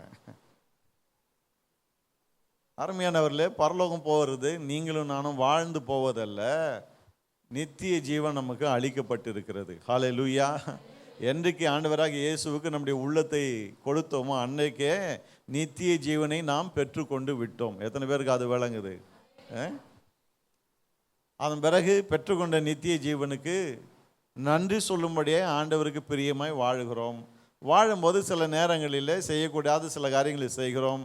ஆண்டவர்கிட்ட பாவ மன்னிப்பு கேட்கிறோம். தேவன் நம்மை கழுவி சுத்தம் பண்ணுகிறார் இயேசுவின் ரத்தத்தினால. ஆகவே நமக்குள்ளே ஒரு நிச்சயம் இருந்துக்கிட்டே இருக்கு. என்ன? என்னை இயேசுவின் ரத்தம் கொண்டு போய் சேர்க்கும் என்று. ஆனால் இங்கே என்ன பிரசங்கிக்கப்படுகிறது? நீ எவ்வளவுதான் பரிசுத்தமாக வாழ்ந்தாலும் போக மாட்டேன் அப்படின்னு. அவரை நேரில் பார்த்தா கேட்கலான்னு இருக்கு. அப்போ எப்படி தான் வாழணும்னு சொல்லி கொடுங்க அப்படின்னு. ஏனோக்கை போன்ற ஒரு மனுஷன் கூட போக முடியாது. நம்ம யார் தான் போக முடியும்? நான் சொல்கிறேன் பாருங்க, யாராலும் போக முடியாது. ஒரே ஒருவருடைய ரத்தம் தான் நம்மை அங்கே கொண்டு போகிறது. ஹல்லேலூயா. வேற எப்படியும் நம்மால போகவே முடியாது. இன்னைக்கு இந்த மாதிரி பயத்தை போதிக்கிற மக்கள் இருக்காங்க. பர்னபாவை பற்றி வேதம் சொல்லுகிறது, அவன் ஆறுதலை போதித்தான். அவனுடைய பிரசங்கத்தை கேட்ட மக்களுக்கு ஆறுதல் உண்டாயிற்று. ஹல்லேலூயா. அருமையானவர்களே, ஒரு காரியம் சொல்றேன் பாருங்க. நமக்கு ஒருவேளை பர்னபான் பேர் இல்லாமல் இருக்கலாம், பரவாயில்ல. ஆனால் நம்ம வாயை திறந்து பேசும்போது நம்முடைய வார்த்தைகளை கேட்கிற மக்களுக்கு ஆறுதல் உண்டாக வேண்டும். ஆறுதல் உண்டாகக்கூடிய விதத்தில் நாம் பேச வேணும் பாருங்க. நீதிமொழிகளில் வாசிக்கிறோம், பட்டய குத்துக்கள் போல் பேசுகிறவர்கள் இருக்கிறாங்களாம். அப்படின்னா என்ன அர்த்தம்? அவங்களுடைய வாயை திறந்தாலே கத்தி எடுத்து குத்துற மாதிரி இருக்கு பாருங்க. கத்தி எடுத்து குத்திக்கிட்டே இருக்கிறாங்க, ரத்தம் வந்துட்டே இருக்கு. ஆகவே தான் ஆண்டவர் சொல்றாரு, உங்கள் கைகள் ரத்தத்தினால நிறைஞ்சிருக்கு, உங்களுடைய ஜெபத்தை நான் கேட்க மாட்டேன் அப்படின்றாரு. தேவன் இந்த உலகத்தில் எதற்காக நம்ம வைத்திருக்கிறார்? இந்த வாயை திறந்து நாம பேசும்போது மக்களுக்கு ஆறுதல் உண்டாக வேண்டும். ஹல்லேலூயா. வீட்டில் நம்ம வாயை திறந்து பேசணும்னா அங்கே ஆறுதல் உண்டாகணும். கணவனோ அல்லது மனைவியோ அல்லது பிள்ளைகளோ ஏதோ ஒரு பயத்தில் இருக்கலாம், பதட்டத்தில் இருக்கலாம், வேலை போயிடுன்ற மாதிரி இருக்கலாம், நான் ஒழுங்காக படிக்கிறது இல்லை, என்னால் படிக்க முடியலன்னு பிள்ளைங்க சொல்லலாம். அதுக்கு நம்முடைய மாறுத்திரம் எப்படி இருக்கணும்? உங்கள் வார்த்தையை கேட்கும் போதே அவங்களுக்கு ஒரு ஆறுதல் உண்டாகணும், நம்பிக்கை உண்டாகணும், தைரியம் உண்டாகணும். பாருங்க, அப்படிப்பட்ட ஒரு நல்ல மனுஷனாய் பர்னபா இருந்தான். ஹல்லேலூயா. அவன் வாயை திறந்து பேசினா ஆறுதல் உண்டாயிற்று. இன்னைக்கு நாம் வாயை திறந்து பேசும்போது ஆறுதல் உண்டாகிறதா? கையை தூக்குங்கள்லாம் சொல்ல மாட்டேன் நான். நமக்கு தெரியும், ஆண்டவருக்கு தெரியும். நம்முடைய முயற்சி எப்படி இருக்கணும்? பேசும்போதெல்லாம் ஆறுதல் உண்டாக வேண்டும். ஹல்லேலூயா. இப்படி இருந்தாலே நிறைய குடும்பத்தில் பிரச்சனையே வராது. பாருங்க, இன்னைக்கு நிறைய குடும்பங்களில் ஏன் பிரச்சனைன்னா, வாயை திறந்தால வேற எதெல்லாம் வருது. நான் என்னென்னலாம் சொல்ல மாட்டேன், அதுக்கெல்லாம் டைம் இல்லை நமக்கு. வாயை திறந்தாலே வேற எதோ வருது பாருங்க, ஆறுதலை தவிர மற்றதெல்லாம் வருது. ஆகவே தான் வீட்டில் சமாதானம் இல்லை, நிம்மதி இல்லை, சந்தோஷம் இல்லை. ஆகவே தான் வேலை முடிஞ்சிட்டு 7 மணிக்கு வர வேண்டியவர் ராத்திரி 12 மணிக்கு வர்றாரு. ஆகவே தான் மனைவி அடிக்கடி அம்மா வீட்டுக்கு ஓடி போகிறாங்க. ஏன்? வாயை திறந்தாலே ஆறுதலை தவிர மற்றதெல்லாம் வருது. ஆனால் பர்னபாவை போல ஆறுதலின் மகளாய் நாம் இருக்கும்போது அருமையானவர்களே, நம்முடைய குடும்பம் செழிக்கும், விருத்தி ஆகும். ஹல்லேலூயா. இந்த ஆறுதலின் மகன் அங்கே எருசலேமில் ரொம்ப அற்புதமாக ஊழியம் செய்கிறான். பாருங்க, அவன் செய்த ஊழியம் அவன் பேரையே மாற்றிடுச்சு. அவன் செய்த ஊழியத்தை பார்த்துட்டு, ஐயோ, இவனால் இத்தனை பேருக்கு இவ்வளோ ஆறுதலான்னு பேரையே மாற்றிட்டாங்க, ஆறுதலின் மகன்னு. அப்போ அவன் எவ்வளோ நல்லவனாக இருந்திருக்கணும் பாருங்க. சரி, ரெண்டாவது என்னென்ன, அவன் அன்பு நிறைந்தவன் என்று நாம் பார்க்குறோம். எதன் அடிப்படையில் சொல்கிறேன்னு சொன்னால், எல்லாரும் சொத்துக்களை விற்று கொண்டு வந்து கொடுத்தார்கள். வேதம் பர்னபாவை குறிப்பிட்டு சொல்லுகிறது, அவன் தன்னுடைய சொத்தை விற்று கொண்டு வந்து காணிக்கையை அப்போஸ்தலருடைய பாதத்தில் வைத்தான் என்று. அவனை பற்றி அதுக்கு முன்னாடி விவரங்கள் ஒன்றும் இல்லை பாருங்க, பெருசாக அவனை பற்றி எதுவும் பேசப்படலை. ஆனாலும் சாதாரண மக்களை போல இருக்கிறான் அவன். ஆனால் வேதத்தில் தேறின ஒரு மனுஷன், அவன் லேவியன் என்று வேதம் சொல்லுகிறது. வேதத்தில் தேர்ந்த அவன் சொத்தை விற்று காணிக்கை கொண்டு வந்து கொடுக்கணும்னு அவசியமே இல்லை, ஆனாலும் கொண்டு வந்து கொடுத்தான் என்று வேதம் சொல்லுகிறது. ஏன் இது முக்கியம்னா, மூணாவது காரியம், அனனியா சப்ராலை போல அவன் புகழ்ச்சியை விரும்பவில்லை. நம்முடைய வாழ்க்கையில் 3 முக்கிய காரணங்களை கவனிக்கணும் பாருங்க. ஒன்று வாயை திறந்த ஆறுதல் உண்டாகுதா, ரெண்டாவது அன்பிலே நடக்கிறோமா, மூன்றாவது வீண் புகழ்ச்சியை விரும்பாமல் இருக்கிறோமா. அனனியா சப்ரால் சொத்தை விற்றாங்க, பாதி வச்சுக்கிட்டு மீதி கொண்டு போய் கொடுத்துட்டு, இவ்வளோதான், மொத்தமே இவ்வளவு தான் விற்றோம் அப்படின்னு எல்லாரும் தங்களை புகழ வேண்டும் என்ற எண்ணத்தில் செயல்பட்டார்கள். பர்னபா அது போல செயல்படலை. எவ்வளோ விற்றானோ அப்படியே கொண்டு போய் அவருடைய பாதத்தில் வைத்தான் என்று பார்க்குறோம். அப்போ பாருங்க, பண விஷயத்தில் அவன் ரொம்ப உண்மையாக இருக்கிறத பார்க்குறோம். அது அவனுடைய பணம் தான், அவன் கொடுக்காம கூட இருந்திருக்கலாம். ஆனால் விற்று கொண்டு போய் அவன் கொடுத்தான். கொடுத்தது மட்டுமல்ல, ஊரெல்லாம் தம்டம் அடிச்சுட்டு வரல, நான் கோயிலுக்கு இவ்வளோ கொடுத்தேன், நான் விசுவாசிகளுக்கு இவ்வளோ கொடுத்தேன், 10 லட்சம் வந்தது, 10 லட்சத்தையும் கொடுத்துட்டுன்னு போய் எல்லா இடத்துலையும் சொல்லலை பாருங்க. அனனியா சப்ரால் போல புகழ்ச்சியை விரும்பவில்லை, மாறாக கொடுத்துட்டு அமைதியாக அவன் பாட்டுக்கு அவனுடைய ஊழியத்தை பார்த்து கொண்டு இருந்தான். ஏன் நான் சொல்கிறேன்னா, இன்னைக்கு நிறைய விசுவாசிகளுக்குள்ள என்ன தெரியுமா, ஒரு அம்மா சொன்னாங்க, ஒரு சபையில் அவங்க அந்த சபைக்கு தான் போகிறாங்க. திடீர்னு ஒரு நாள் காலையில் வந்து பார்த்தா அந்த சபையில் நிறைய மாற்றங்கள், நல்ல கலராக லைட்டெல்லாம் போட்டு எல்லாமே வித்தியாசமாக இருக்குது. ஆராதனை முடிஞ்சு வெளியே போகும்போது அவங்க சொல்கிறாங்க, எல்லாம் நம்ம கொடுக்குற காணிக்கை காசு தான் அப்படின்னு. என்னது, என்ன ரொம்ப அமைதியாக இருக்கீங்க? இந்த லைட்டெல்லாம் என்னது, நம்ம கொடுக்குற காணிக்கை காசு தான். அப்போ அவங்களுடைய மனசில் என்ன விதமான எண்ணம் இருக்குன்னு கவனிச்சு பாருங்கள். எத்தனையோ வருஷமாக சபைக்கு வராங்க, விசுவாசியாக இருக்கிறாங்க. ஆனால் கொடுப்பதை பற்றி அவங்களுடைய எண்ணம் என்ன? நான் சபைக்கு கொடுக்குறேன், இது ஏன் காசை நான் சபைக்கு கொடுக்குறேன் அப்படின்னு. இந்த எண்ணம் இருக்கிற வரைக்கும் வாழ்க்கையில் உருப்படவே முடியாது. இன்றைக்கி அவங்க இல்லை, இறந்துட்டாங்க, ஆகவே தப்பாலாம் பேசக்கூடாது. ஆனால் அன்னைக்கு ஒரு காரியம் அவங்களுடைய மனசில் என்ன இருக்குன்னு விளங்குச்சு பாருங்க. என்ன இருக்குது? இது ஏன் காசு, நீங்கள் போடுற லைட்டு என் காசில் போட்டுது, நீங்கள் போடுற இந்த ஃபேன் என் காசில் போடுறது. அது அவங்க காசு கிடையாது, அது கர்த்தருடையது என்பது அவங்களுக்கு விளங்கலை பாருங்க. அவங்க அப்படி பேசினப்போ எனக்கு உண்மையிலேயே ரொம்ப அதிர்ச்சியாக இருந்தது. என்ன இப்படியெல்லாம் பேசுகிறாங்களே அப்படின்னு. நிறைய பேர் இன்றைக்கு சபையில் இப்படி தேவையில்லாத வார்த்தைகளை பேசிகிட்டு இருக்காங்க பாருங்க. இன்றைக்கு சபையினுடைய தேவை என்னன்னு சொன்னால், பர்னபாவை போன்ற நல்லவர்கள் தான் இன்றைக்கு சபையினுடைய தேவையாக இருக்கிறார்கள். எத்தனை பேர் ஆமென் சொல்கிறீங்க? ஹல்லேலூயா. ஆறுதல் உண்டாக பேசுகிறவர்கள், நல்லவர்கள், உதாரத்துவமாய் கர்த்தருக்கென்று கொடுக்கிறவர்கள், சுய புகழ்ச்சியை விரும்பாதவர்கள், வீண் புகழ்ச்சியை விரும்பாதவர்கள். இப்படிப்பட்ட மக்கள் ஒரு சபையில் நிறைஞ்சிருந்தா அந்த சபை எப்படி இருக்கும்னு கொஞ்சம் யோசித்து பாருங்க. ஒரு பர்னபாவால் இவ்வளோ பெரிய நன்மை உண்டாக முடியும்னு சொன்னால், ஒரு சபையே பர்னபாக்களால் நிறைந்திருக்கும் போது அந்த சபை எப்படியெல்லாம் இருக்க முடியும்? ஹல்லேலூயா. வறுமையானவர்களே, நாம் இன்னைக்கு ஒரு தீர்மானம் எடுக்கணும் பாருங்க. இந்த அந்தியோகியா சபையில் பர்னபா செய்த ஊழியம் சாதாரண ஒரு ஊழியம் அல்ல பாருங்க. அவன் ஒருவன் மிகப்பெரிய மாற்றத்தை அங்கே கொண்டு வந்தான் என்று பார்க்கிறோம். கர்த்தர் உங்களையும் என்னையும் இந்த சபையில் அப்படிதான் வைத்திருக்கிறார். அவனை போல நாமும் இருக்கும்போது நம்முடைய சபை இன்றைக்கு செய்கிறதை காட்டிலும் 1000 மடங்கு காரியங்களை செய்ய முடியும். எத்தனை பேர் விசுவாசிக்கிறீங்க?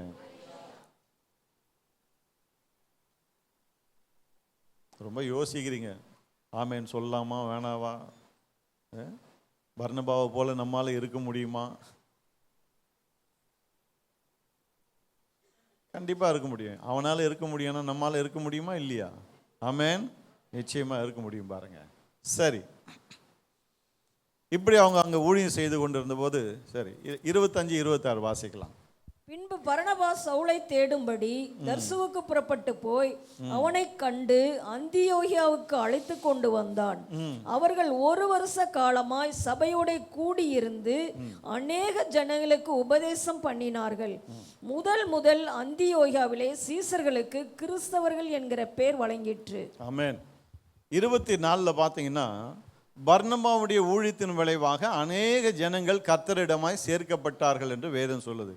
ஏற்கனவே போய் ஊழியம் செய்தவர்கள் நிறைய பேர் ரட்சிப்புகளை கொண்டு வந்தாங்க. இப்போ பர்னபா போய் ஊழியம் செய்கிறான், இன்னும் நிறைய பேர் ரட்சிக்கப்பட்டுறாங்க. இதன் விளைவாக என்ன ஆகுதுன்னு சொன்னால், பர்னபாவுக்கு தெரியுது நம்ம ஒருவனால இந்த ஊழியத்தை சமாளிக்க முடியாது. ஏன்னா கூட்டம் அதிகமாகிடுச்சு, நிறைய பேர் ரட்சிக்கப்பட்டுட்டாங்க. அவங்களுக்கு வசனத்தை போதிக்கணும், நாம் மட்டும் தனியாக செய்தால் இது சரிப்பட்டு வராது.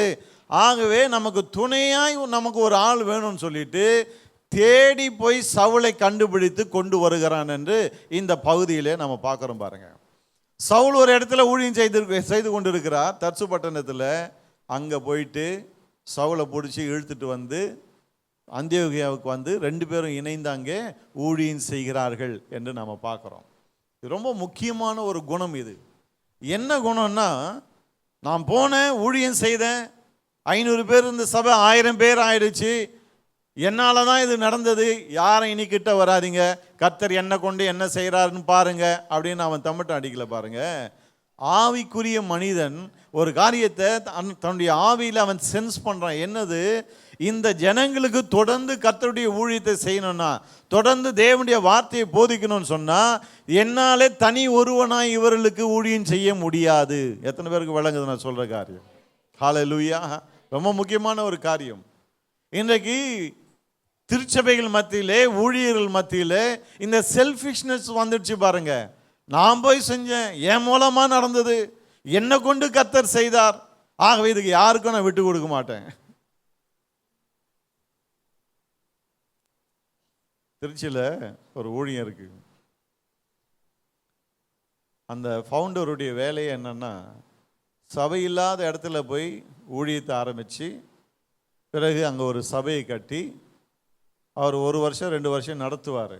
சபைக்கு வர்றவங்க யாராவது நல்ல பிரசங்கம் பண்ணக்கூடியவங்க, சபையை நடத்தக்கூடியவங்க யாராவது இருந்தாங்கன்னா அவன் பிறகு சபையை அவங்கக்கிட்ட ஹேண்ட் ஓவர் பண்ணிவிட்டு சபை இல்லாத இன்னொரு இடத்துக்கு போயிடுவார் அவர். எத்தனை பேருக்கு வழங்குது நான் சொல்கிற காரியம்? இந்த மாதிரி நிறைய சபைகளை அவங்க கட்டிகிட்டு இருக்கிறாங்க. இதை நான் தான் ஸ்தாபித்தேன், நான் தான் இங்கே இருப்பேன்னு கிடையாது. அவர் தன்னுடைய ஊழியத்தை உணர்றாரு பாருங்க. ஒரு அப்போஸ்தல ஊழியம் மாதிரி போயிட்டு சபையை ஸ்தாபித்து நல்ல ஒரு ஆள் கிடைச்ச உடனே அவங்கள விட்டுட்டு அடுத்த இடத்துக்கு போயிடுவார். கர்த்தர் அப்படி அவரை நடத்திட்டு இருக்கார் பாருங்க. பர்னபாவுடைய வாழ்க்கையில் நான் அதை பார்க்குறேன் பாருங்க. இது கொஞ்சம் வித்தியாசமானது. என்ன, நிறைய பேர் ரட்சிக்கப்பட்டுட்டாங்க. இப்போ என்ன பண்ணுறது?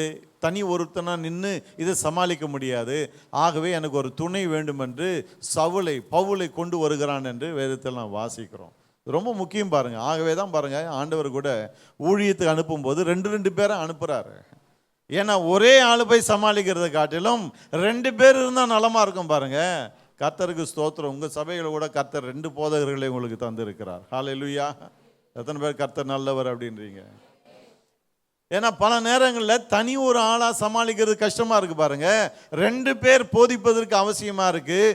சவுலை கூட்டி கொண்டு அவன் வருகிறான். வந்து என்ன பண்ணுறான்னா, 1 வருஷ காலமாய் சபையோடு கூடியிருந்து அநேக ஜனங்களுக்கு உபதேசம் பண்ணினார்கள்.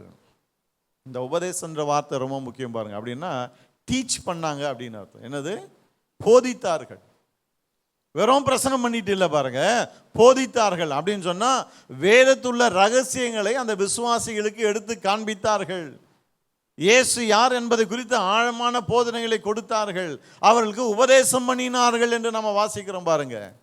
அப்போ அந்தியோகிய சபையில் ஆவியானவர் எப்படியெல்லாம் கிரியை செய்கிறார் பாருங்க. போய் சுவிசேஷம் அறிவிக்கப்படுகிறது, ஏராளமான பேர் ரட்சிக்கப்படுகிறார்கள். இப்பொழுது கிறிஸ்துவை குறித்து அவர்களுக்கு உபதேசம் பண்ணப்படுகிறது.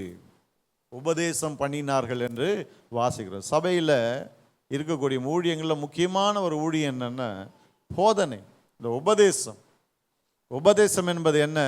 வேதத்தின் சத்தியங்களை எடுத்து சிஸ்டமேட்டிக்காக விசுவாசிகளுக்கு கற்றுத்தருவது பாருங்க. இப்போ நான் கூட சொன்னேன் இல்லையா, ஒரு ஊழியக்காரர் சொன்னார், நீ ஏனோக்கை போல வாழ்ந்தாலும் நீ பரவதுக்கு போகிறது கஷ்டம் அப்படின்னு. இன்னைக்கு நிறைய பேர் வெவ்வேறு விதங்களில் அதை போதித்து கொண்டு இருக்காங்க. உங்களுக்கு தெரியுமா? ஒரு சபையில் என்ன போதிச்சாங்கன்னா, ஒரு கணவன் மனைவியோடு கூட பேசிகிட்டு இருக்கும்போது அவங்க சொல்கிறாங்க, எங்கள் சபையில் இந்த மாதிரி ஒரு நிச்சயத்தையே கொடுக்க மாட்டாங்க. எப்போ பார்த்தாலும் எங்களை ஒரு பயத்திலே வச்சுருப்பாங்க. என்ன பயம்? அவங்க சொல்லுவாங்களாம், நீங்களாம் சபைக்கு வர்றீங்க, ஒவ்வொரு ஞாயிற்றுக்கிழமையும் நீங்கள் ஆலயத்துக்கு வந்து இங்கே இருக்கிற அந்த இடத்தெல்லாம் கழுவி பெருக்கி சுத்தம் பண்ணி பாயை போட்டு சேரை போட்டு எல்லாத்தையும் பண்ணி முடிச்சுட்டு ஆராதனை முடிஞ்ச பிறகு எல்லாத்தையும் மறுபடியும் எடுத்து வச்சுட்டு போகணும். இப்படி சபைக்குரிய காரியங்களை மட்டும் நீங்கள் ஒழுங்காக செய்யலைன்னா நீங்கள் பரலோகம் போக முடியாது. இவங்ககிட்டலாம் மாட்டிக்கிட்டு ஜனங்க எவ்வளோ கஷ்டப்படுறாங்க தெரியுமா? நீங்கள்லாம் பாக்கியவான்கள். எத்தனை பேர் ஆமேன்னு சொல்கிறீங்க? ஆமேன். என்ன ரொம்ப அமைதியாக இருக்கீங்க? ஆமேன். இந்த மாதிரி ஒரு கூட்டம் இன்னைக்கு பிரசங்கம் பண்ணிட்டு இருக்கு. இந்த மாதிரி காரியங்களை நீங்கள் கேள்விப்பட்டிருக்கீங்களா என்னன்னு தெரியல.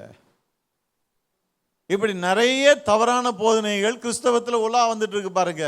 ஏன் இது தவறான போதனை? உபதேசம் அங்கே தான் வருது. ஏன் தவறான போதனைன்னு சொன்னால், இயேசு சொல்லுகிறார், என்னை விசுவாசிக்கிறவனுக்கு நித்திய ஜீவன் உண்டு, அவ்வளோதான். என்னை விசுவாசிக்கிறவன் ஆக்கினை தீர்ப்புக்கு உட்பட மாட்டான் அப்படின்னு இயேசு சொல்லுகிறார். ஆக்கினை தீர்ப்புனா என்ன? நரகத்தை குறிக்கிறது. மரணத்துக்கு பிறகு எங்கே போவோம் என்பதை குறிக்கிறது. இயேசு சொல்றார், நீ என்ன விசுவாசிச்சன்னு சொன்னா மரணத்துக்கு பிறகு நீ நித்திய ஜீவனுக்குள்ள கடந்து வருவாய், ஆக்கினை தீர்ப்பை அடைய மாட்டாய் என்று சொல்றாரு பாருங்க. அப்போ சில பேர் பாருங்க இதெல்லாம் கவனிக்காம அவங்க பாட்டுக்கு எதையாவது பேசிட்டு போயிடுவாங்க. நாம அதை சோசியல் மீடியாவில் கேட்கும்போது நமக்கு பக்குன்னு இருக்கும். ஐயோ, ஏனோக்கே பரலோகம், ஏனோக்கு போயிட்டான், ஆனால் அவனை போல வாழ்ந்தாலும் நம்மளால் போக முடியாதா? சபையை பெருக்கி தொடச்சி பாயெல்லாம் போடலன்னா நம்மளால் பரலோகம் போக முடியாதா? இந்த மாதிரி நிறைய பேர் நிறைய விதமாக போதிக்கிறாங்க பாருங்க. இதனால தான் சபையில் உபதேசம் ரொம்ப முக்கியம், டீச்சிங் ரொம்ப முக்கியம். ஏன்னா டீச் பண்ணும்போது ரொம்ப சிஸ்டமேட்டிக்காக எடுத்து காட்டுறோம்ப்பா, நீ ரொம்ப பரிசுத்தமாக வாழறதுனால பரலோகத்துக்கு போக போகிறது கிடையாது. இயேசுவின் ரத்தம் உன்னை கழுவி பரிசுத்தமாக்கி இருக்கிறபடினால தான் நீ பரலோகம் போக போகிறாய். எத்தனை பேர் ஆமேன்னு சொல்கிறீங்க? ஆமேன். அப்போது அதுக்கு அடுத்த காரியங்களை பைபிள்லேருந்து எடுத்து போதிக்கணும் பாருங்க. போதித்து போதித்து போதித்து. ஏன்னா மனுஷ புத்தி எப்படின்னா, ஏதாவது கொஞ்சம் பெரிய ஒரு காரியம் ஃப்ரீயாக வருதுன்னா அவன் சந்தேகத்தோடு தான் பார்ப்பான். திடீர்னு நாளைக்கு யாராவது உங்ககிட்ட வந்து நான் ஒரு 10 லட்சம் ரூபாய் உங்களுக்கு கொடுக்க விரும்புகிறேன்னா நீங்கள் உங்களுக்கு எப்படி இருக்கும் சொல்லுங்கள். யாரோ வராங்க உங்ககிட்ட, ஒரு 10 லட்சம் ரூபாய் உங்களுக்கு நான் கொடுக்க விரும்புகிறேன்ன உடனே உங்களுடைய ரியாக்ஷன் எப்படி இருக்கும்? என்ன ரொம்ப அமைதியாக இருக்கீங்க? வீட்டில் வந்து சொல்லுவீங்க அல்லது யாருக்கிட்டே சொல்லுவீங்க. சொன்ன உடனே அவங்க என்ன சொல்லுவாங்க?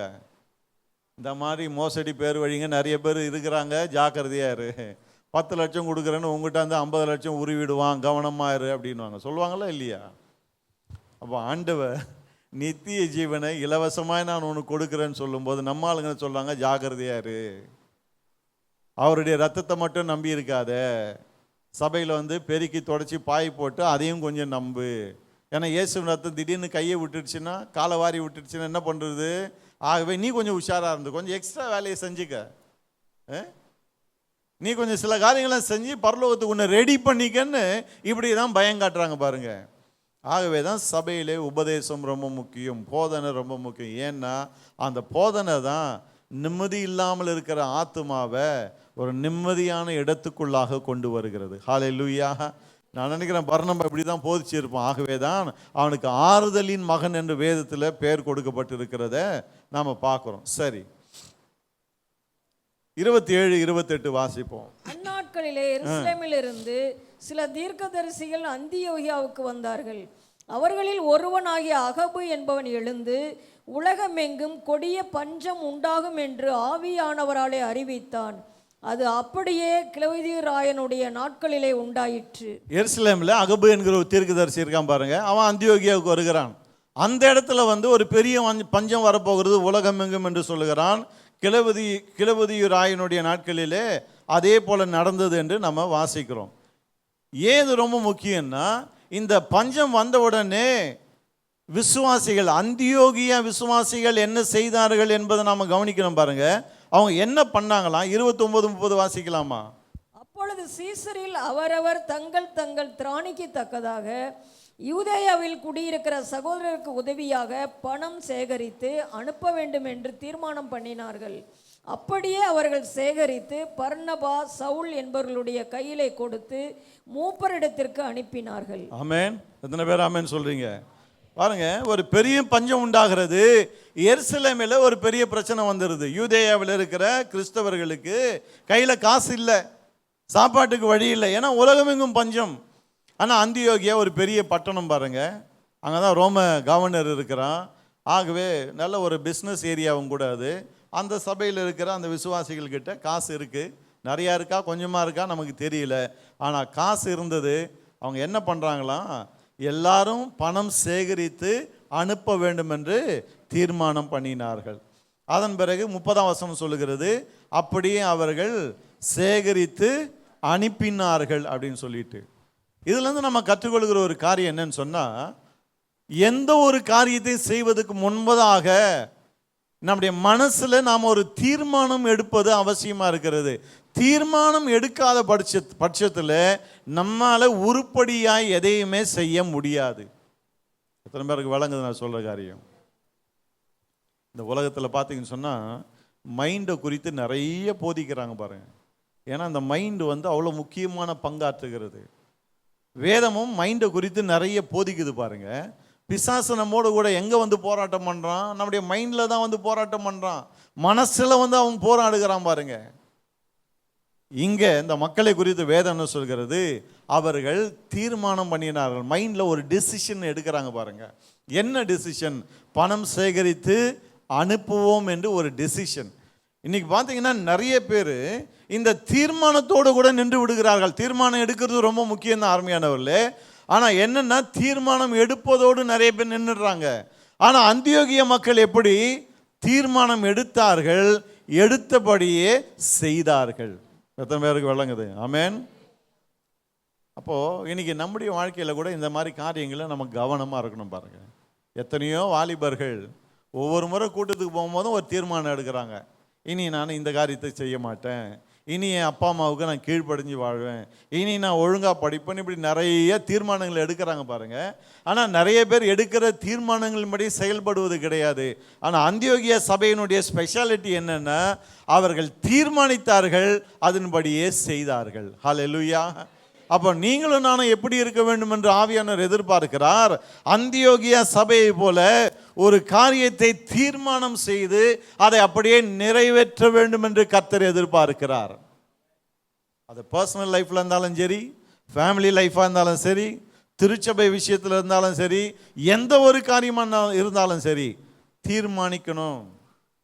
தீர்மானம் எடுத்துட்டீங்கன்னா அதன் பிறகு அதை கண்டிப்பாய் நிறைவேற்ற வேண்டும்.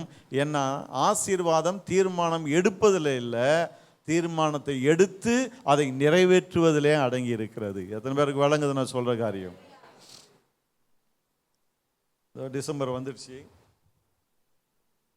இன்னும் கொஞ்ச நாளில் 1ஆம் தேதி வந்துடும். 1ஆம் தேதி எத்தனை பேர் தீர்மானம் எடுப்பாங்க தெரியுமா?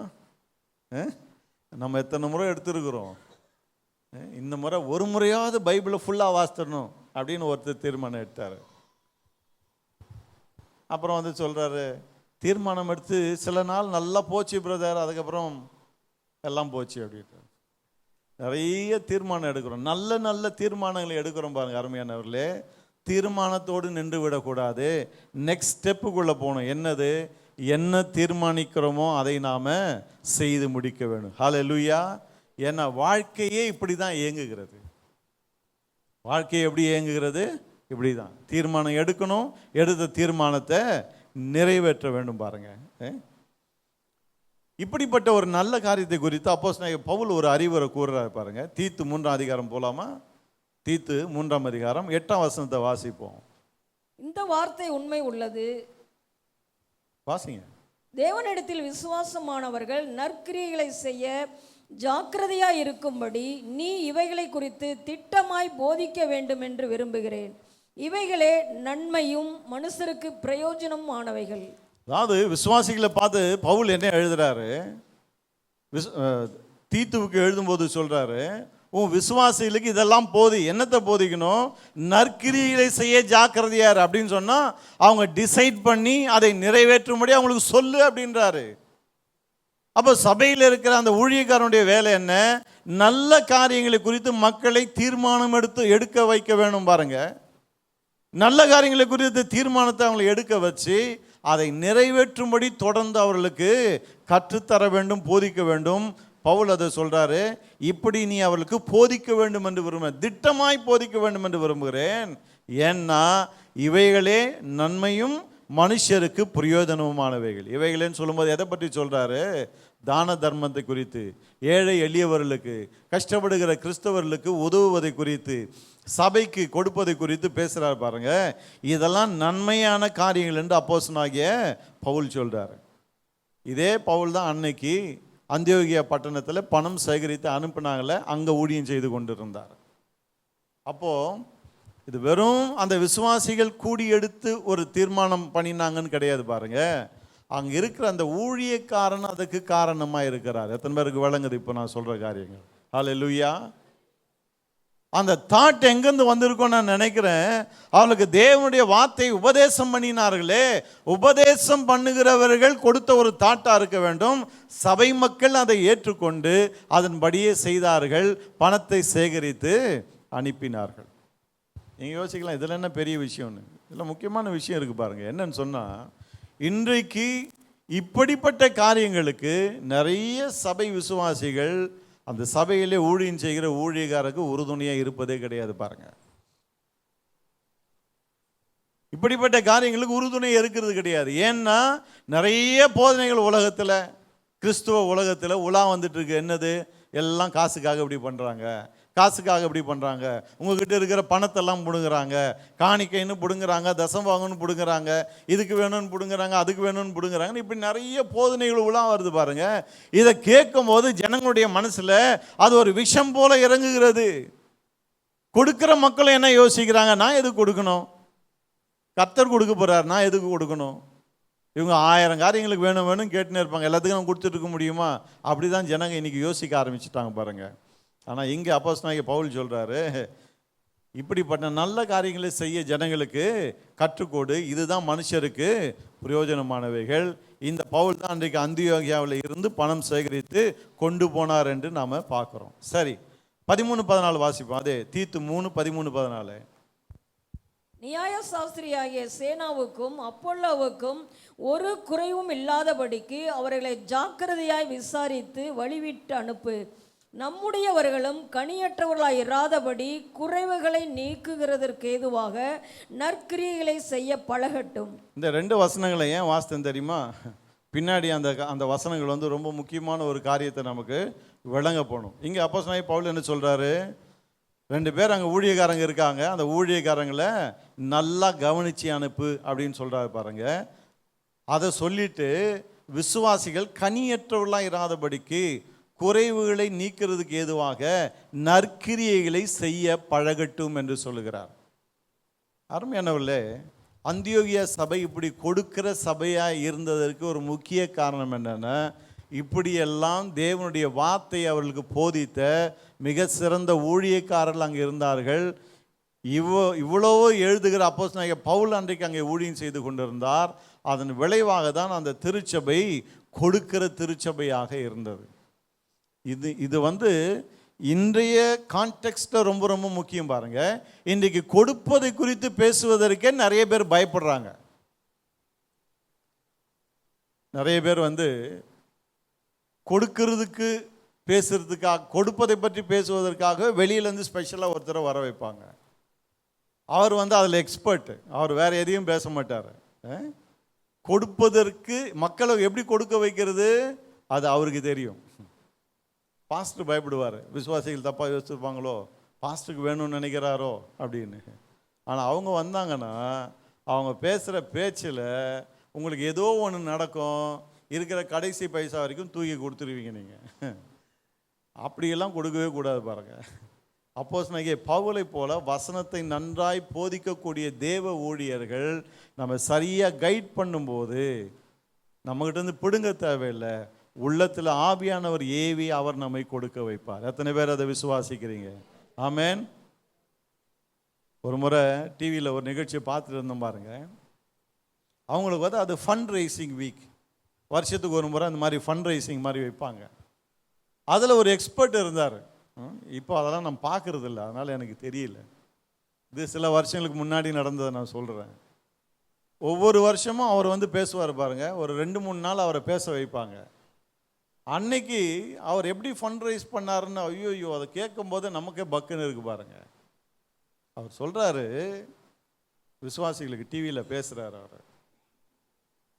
அன்னைக்கு யோபுனுடைய வீட்டை சுற்றி பிசாசு எப்படி வந்தானோ, யோபு வீட்டுக்கு வெளியே நின்று யோபு வீட்டையே உத்து பார்த்துட்டு இருந்தானோ, அதே போல இன்னைக்கு பிசாசு உன் வீட்டுக்கு வெளியே நின்று உன்னை உத்து பார்த்துட்டு இருக்கிறான், உன் வீட்டை உத்து பார்த்துட்டு இருக்கிறான்.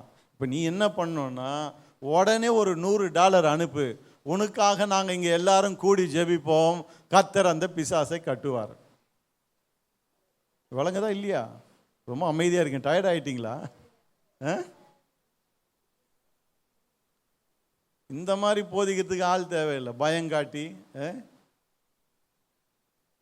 எப்படி பேசுகிறாங்க பாருங்க, எப்படி. அதனால தான் ஜனங்க அருவருக்கிறாங்க. காணிக்கை தசமபாகம் என்று வரும்போது அருவருக்கிறாங்க. ஏன்னா இப்படியெல்லாம் பேசி ஜனங்களை பயங்காட்டி காசப்படுங்கிற வேலையில் இருக்கிறாங்க பாருங்க. எனக்கு அவ்வளோ அதிர்ச்சி பாருங்க. நான் அவங்களுக்கே அந்த டிவியில் இருக்கிற முக்கியமான ஒரு ஆள் எனக்கு தெரியும். நான் கூப்பிட்டு கேட்டேன், என்ன இந்த மாதிரி அநியாயம் பண்ணுறீங்களே, காசு ரைஸ் பண்ணுறதுக்கு பல வகைகள் இருக்குது, வழிகள் இருக்குது. இந்த மாதிரியாக பயங்காட்டிங்க, அதுவும் உண்மைக்கு புறம்பான சத்தியத்துக்கு ஒவ்வாத ஒரு காரியத்தை சொல்லி இப்படியெல்லாம் ஃபண்ட் ரைஸ் பண்ணுறீங்களா, நியாயமா அப்படின்னு கேட்டேன். அவங்க சொன்ன பதில் எனக்கு ரொம்ப அதிர்ச்சியாக இருந்தது. அவங்க சொன்னாங்க, இவர் பேசினா தாங்க நிறைய காணிக்கை வருது அப்படின்றாங்க. இதுலேருந்து என்ன தெரியுது? சத்தியத்தை சத்தியமாக போதிக்கும் போது யாருக்கும் கொடுக்கறதுக்கு மனசு வர்றதில்ல. இப்படி பயங்காட்டி உருட்டி மிரட்டி ஏதாவது பண்ணும்போது ஜனங்க பயத்திலேயே கொண்டு வந்து போட்டுடுறாங்க. விளங்குதா இல்லையா நான் சொல்கிற காரியம்? நம்ம அப்படியெல்லாம் செய்ய வேண்டிய அவசியமே கிடையாது. யாரையும் பயங்காட்ட தேவையில்லை, நாம் பயப்பட வேண்டிய அவசியமும் கிடையாது. நாம் என்ன பண்ணணும்? வசனம் நமக்கு உபதேசிக்கப்படுகிறது. ஹல்லேலூயா. கொடுப்பதை பற்றி, காணிக்கை குறித்து, தசம்பாகத்தை பற்றி பேசும்போதெல்லாம் உடனே மைண்டு குறுக்கடாக வேலை செய்யக்கூடாது பாருங்க. ஓ இது கேட்குறாரோ, நம்ம காசை வாங்கி இங்கே ஒரு லைட்டை மாட்டி விட்டுருவாரோ, அப்படியெல்லாம் யோசிக்கக்கூடாது. கர்த்தரை கனம் பண்ணும்படியாய் நான் கொடுக்கிறேன். ஹல்லேலூயா. அவ்வளோதான். ஆகவே தான் நீதிமொழிகள் வாசிக்கிறோம், உன் பொருளாலும் உன் எல்லா விளைவின் முதல் பலனாலும் கர்த்தரை கனம் பண்ணு. ஹல்லேலூயா. உங்கள்கிட்ட நிறைய இருந்தால் கொண்டு வந்து கொடுத்துருன்னு சொல்லலை, கர்த்தரை கனம் பண்ணு. கொடுக்கும்போது அந்த எண்ணம் தான் வரணும் பாருங்க. அனனியால் சப்ராவுடைய வாழ்க்கையில் அந்த எண்ணமே இல்லை. அவங்களுக்கு என்ன, பாதி சொத்தை கொடுக்குறேன், எல்லாரும் என்னை பாராட்டணும், அப்படிதான் யோசிக்கிறாங்க. ஆனால் இதன் மூலமாய் கர்த்தரை கனம் பண்ணுறன்ற ஒரு எண்ணமே இல்லை பாருங்க. பர்னபா வித்தியாசமாக இருந்தான், வித்தியாசமாக கொடுத்தான். அவனுடைய ப்ராக்ரஸை கொஞ்சம் கவனிங்க. எருசலேமில் ஊழியம் செய்து கொண்டு இருந்தவனை அந்தியோகியாவுக்கு அனுப்புகிறார்கள். அந்தியோகியாவுக்கு போய் அங்கே ஊழியம் செய்து கொண்டு இருக்கிறான். அங்கேருந்து ஜனங்களுக்கு உபதேசம் பண்ணி அங்கே பணம் சேகரித்து இல்லாதவர்களுக்கு கொடுக்கிறான். பவுலும் பர்னபாவும் சேர்ந்து செய்கிறாங்க. இதனுடைய விளைவு என்ன? அதை தான் 13ஆம் அதிகாரம் முதல் 3 வசனங்களில் வாசிக்கிறோம் அப்போஸ்தலரில். இப்போ ஆவியானவர் சொல்கிறாரு, பவுலையும் பர்னபாவையும் நான் அழைத்த ஊழியத்துக்காக பிரித்தெடுத்து விடுங்கள் என்று. ஹல்லேலூயா. எப்படி அந்த முன்னேற்றம் வருகிறது என்பதை கொஞ்சம் கவனிங்க. எருசலேமில் இருந்தவன் அந்தியோகியாவுக்கு அனுப்பி வைக்கப்படுகிறான். அங்கே போய் உண்மையே கர்த்தருக்கு ஊழியம் செய்கிறான். இப்போ கர்த்தர் சொல்கிறாரு, இவங்க 2 பேரையும் பிரித்து எடுங்க, அப்போஸ்தலர்களாக அனுப்புங்கள் என்று சொல்கிறாரு பாருங்க.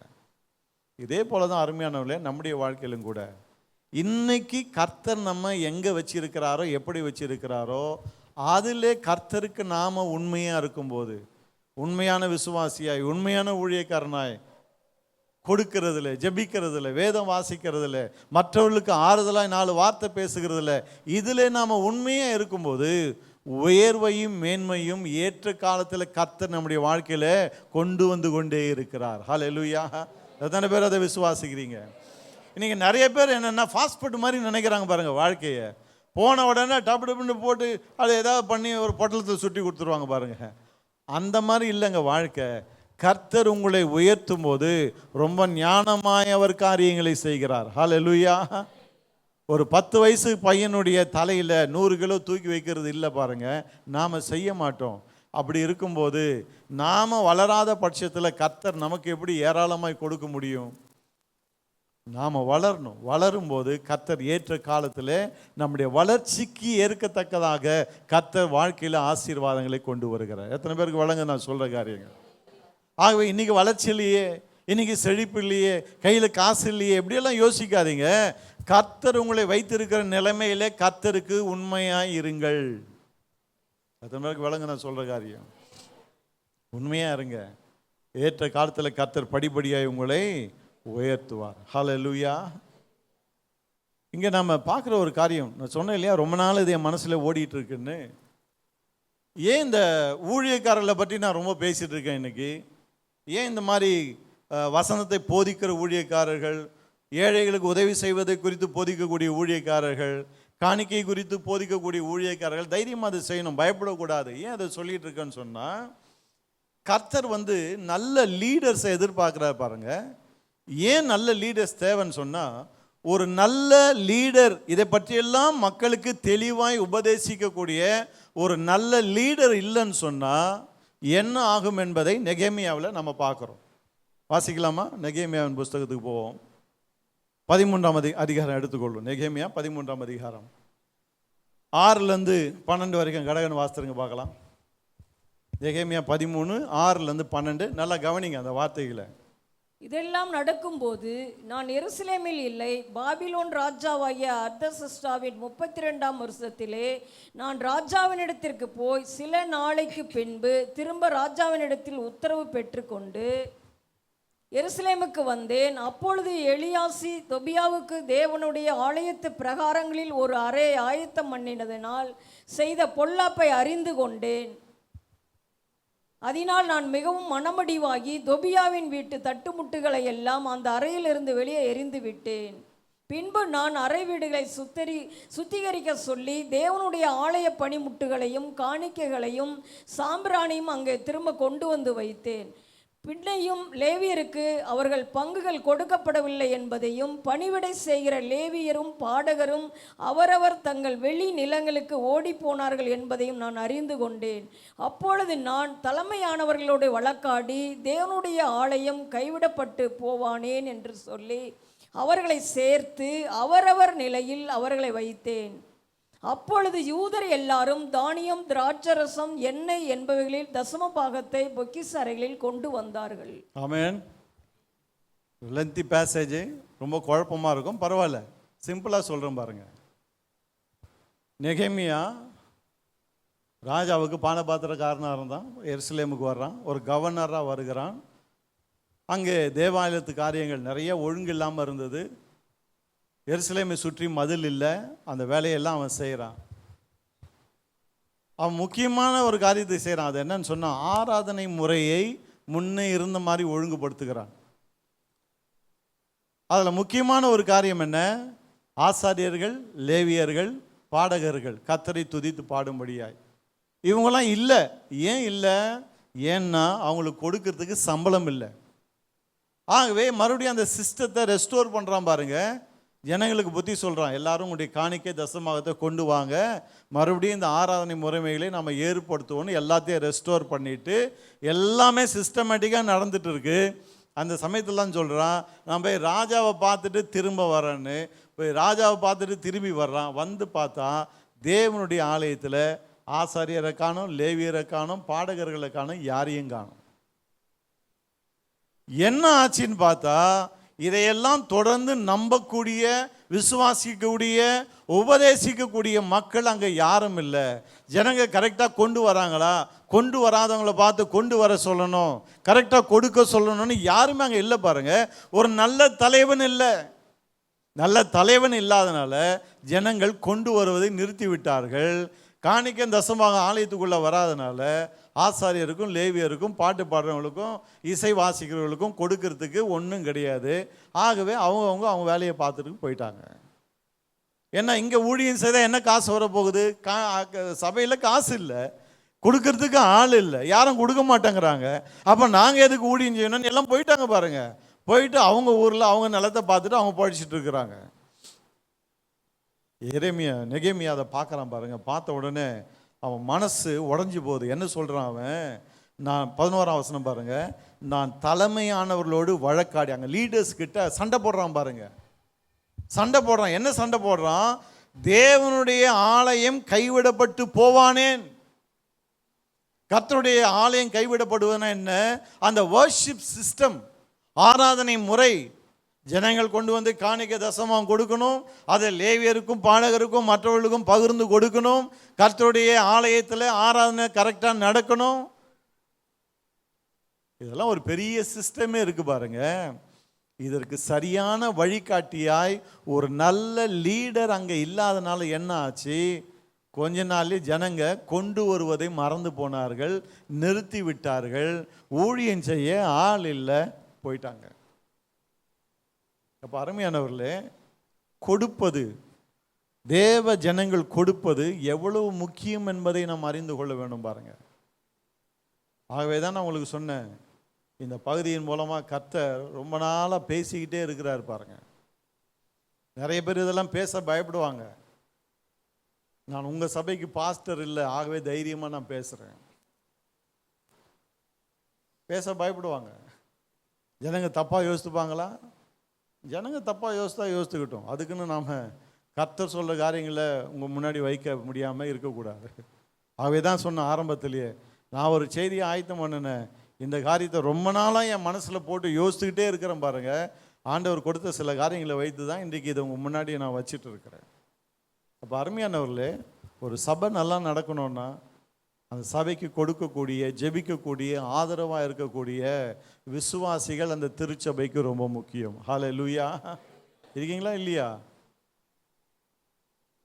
இருக்கீங்களா இல்லையா? ஆமென். அதையெல்லாம் போதிக்கக்கூடிய தேவ மனுஷனும் அங்கே ரொம்ப முக்கியம். ஹல்லேலூயா. போதிக்கிறவங்கள திட்டக்கூடாது. நம்ம காசை வாங்கி இவர் ஏதோ பண்ணுறாரு அப்படிலாம் யோசிக்காதீங்க. உங்கள் காசை வாங்கி அவர் ஏதோ பண்ணாருன்னு வச்சுங்க, கர்த்தருக்கு கணக்கு கொடுக்கணும். என்ன அழகா ஆவியானவர் இங்கே சில காரியங்கள் நமக்கு வெளிப்படுத்துகிறார் பாருங்க. ஆகவே அந்தியோகியா திருச்சபையில் பர்னபாவை போன்ற பவுலை போன்ற நல்ல நல்ல ஊழியர்கள் ஊழியம் செய்ததுனால அந்த திருச்சபை கொடுக்கக்கூடிய ஒரு திருச்சபையாக இருந்தது என்று நாம் பார்க்குறோம். இவங்க இப்படி ஏழை எளியவர்களுக்கு உதவி செய்கிற கொடுக்கிற ஒரு திருச்சபையாக இருந்ததுனால தான் கர்த்தர் அங்கிருந்து பவுலையும் பர்னபாவையும் எழுப்பி அனுப்புகிறார். 13ஆம் அதிகாரத்தில் நாம் வாசிக்கிறது அவருடைய முதல் மிஷினரி பிரயாணம். அங்கே சொல்லப்படாத இன்னொரு காரியம் இருக்கு. என்னது அது? அதை தான் தீத்துல வாசித்தோம் இல்லையா? என்ன சொல்றாரு பவுல்? இவங்க 2 பேர் அங்கே இருக்காங்க, அவங்க வழி செலவுக்கு வேண்டிய எல்லாவற்றையும் கவனித்து கரெக்டாக அனுப்பு அப்படின்றாரு. அப்போது பவுலும் பர்னபாவும் அங்கே அந்தியோகியாவிலிருந்து ஊழியத்துக்கு புறப்பட்டு போனப்போ அந்தியோகியா திருச்சபை அவருடைய தேவையை சந்தித்து இருக்குமா இல்லையா? என்ன அமைதியாக இருக்கீங்க? கண்டிப்பாக சந்தித்து இருப்பார்கள். ஹல்லேலூயா. அதை தான் பவுல் பின்னாட்களில் தீத்துவுக்கு எழுதுகிறார்.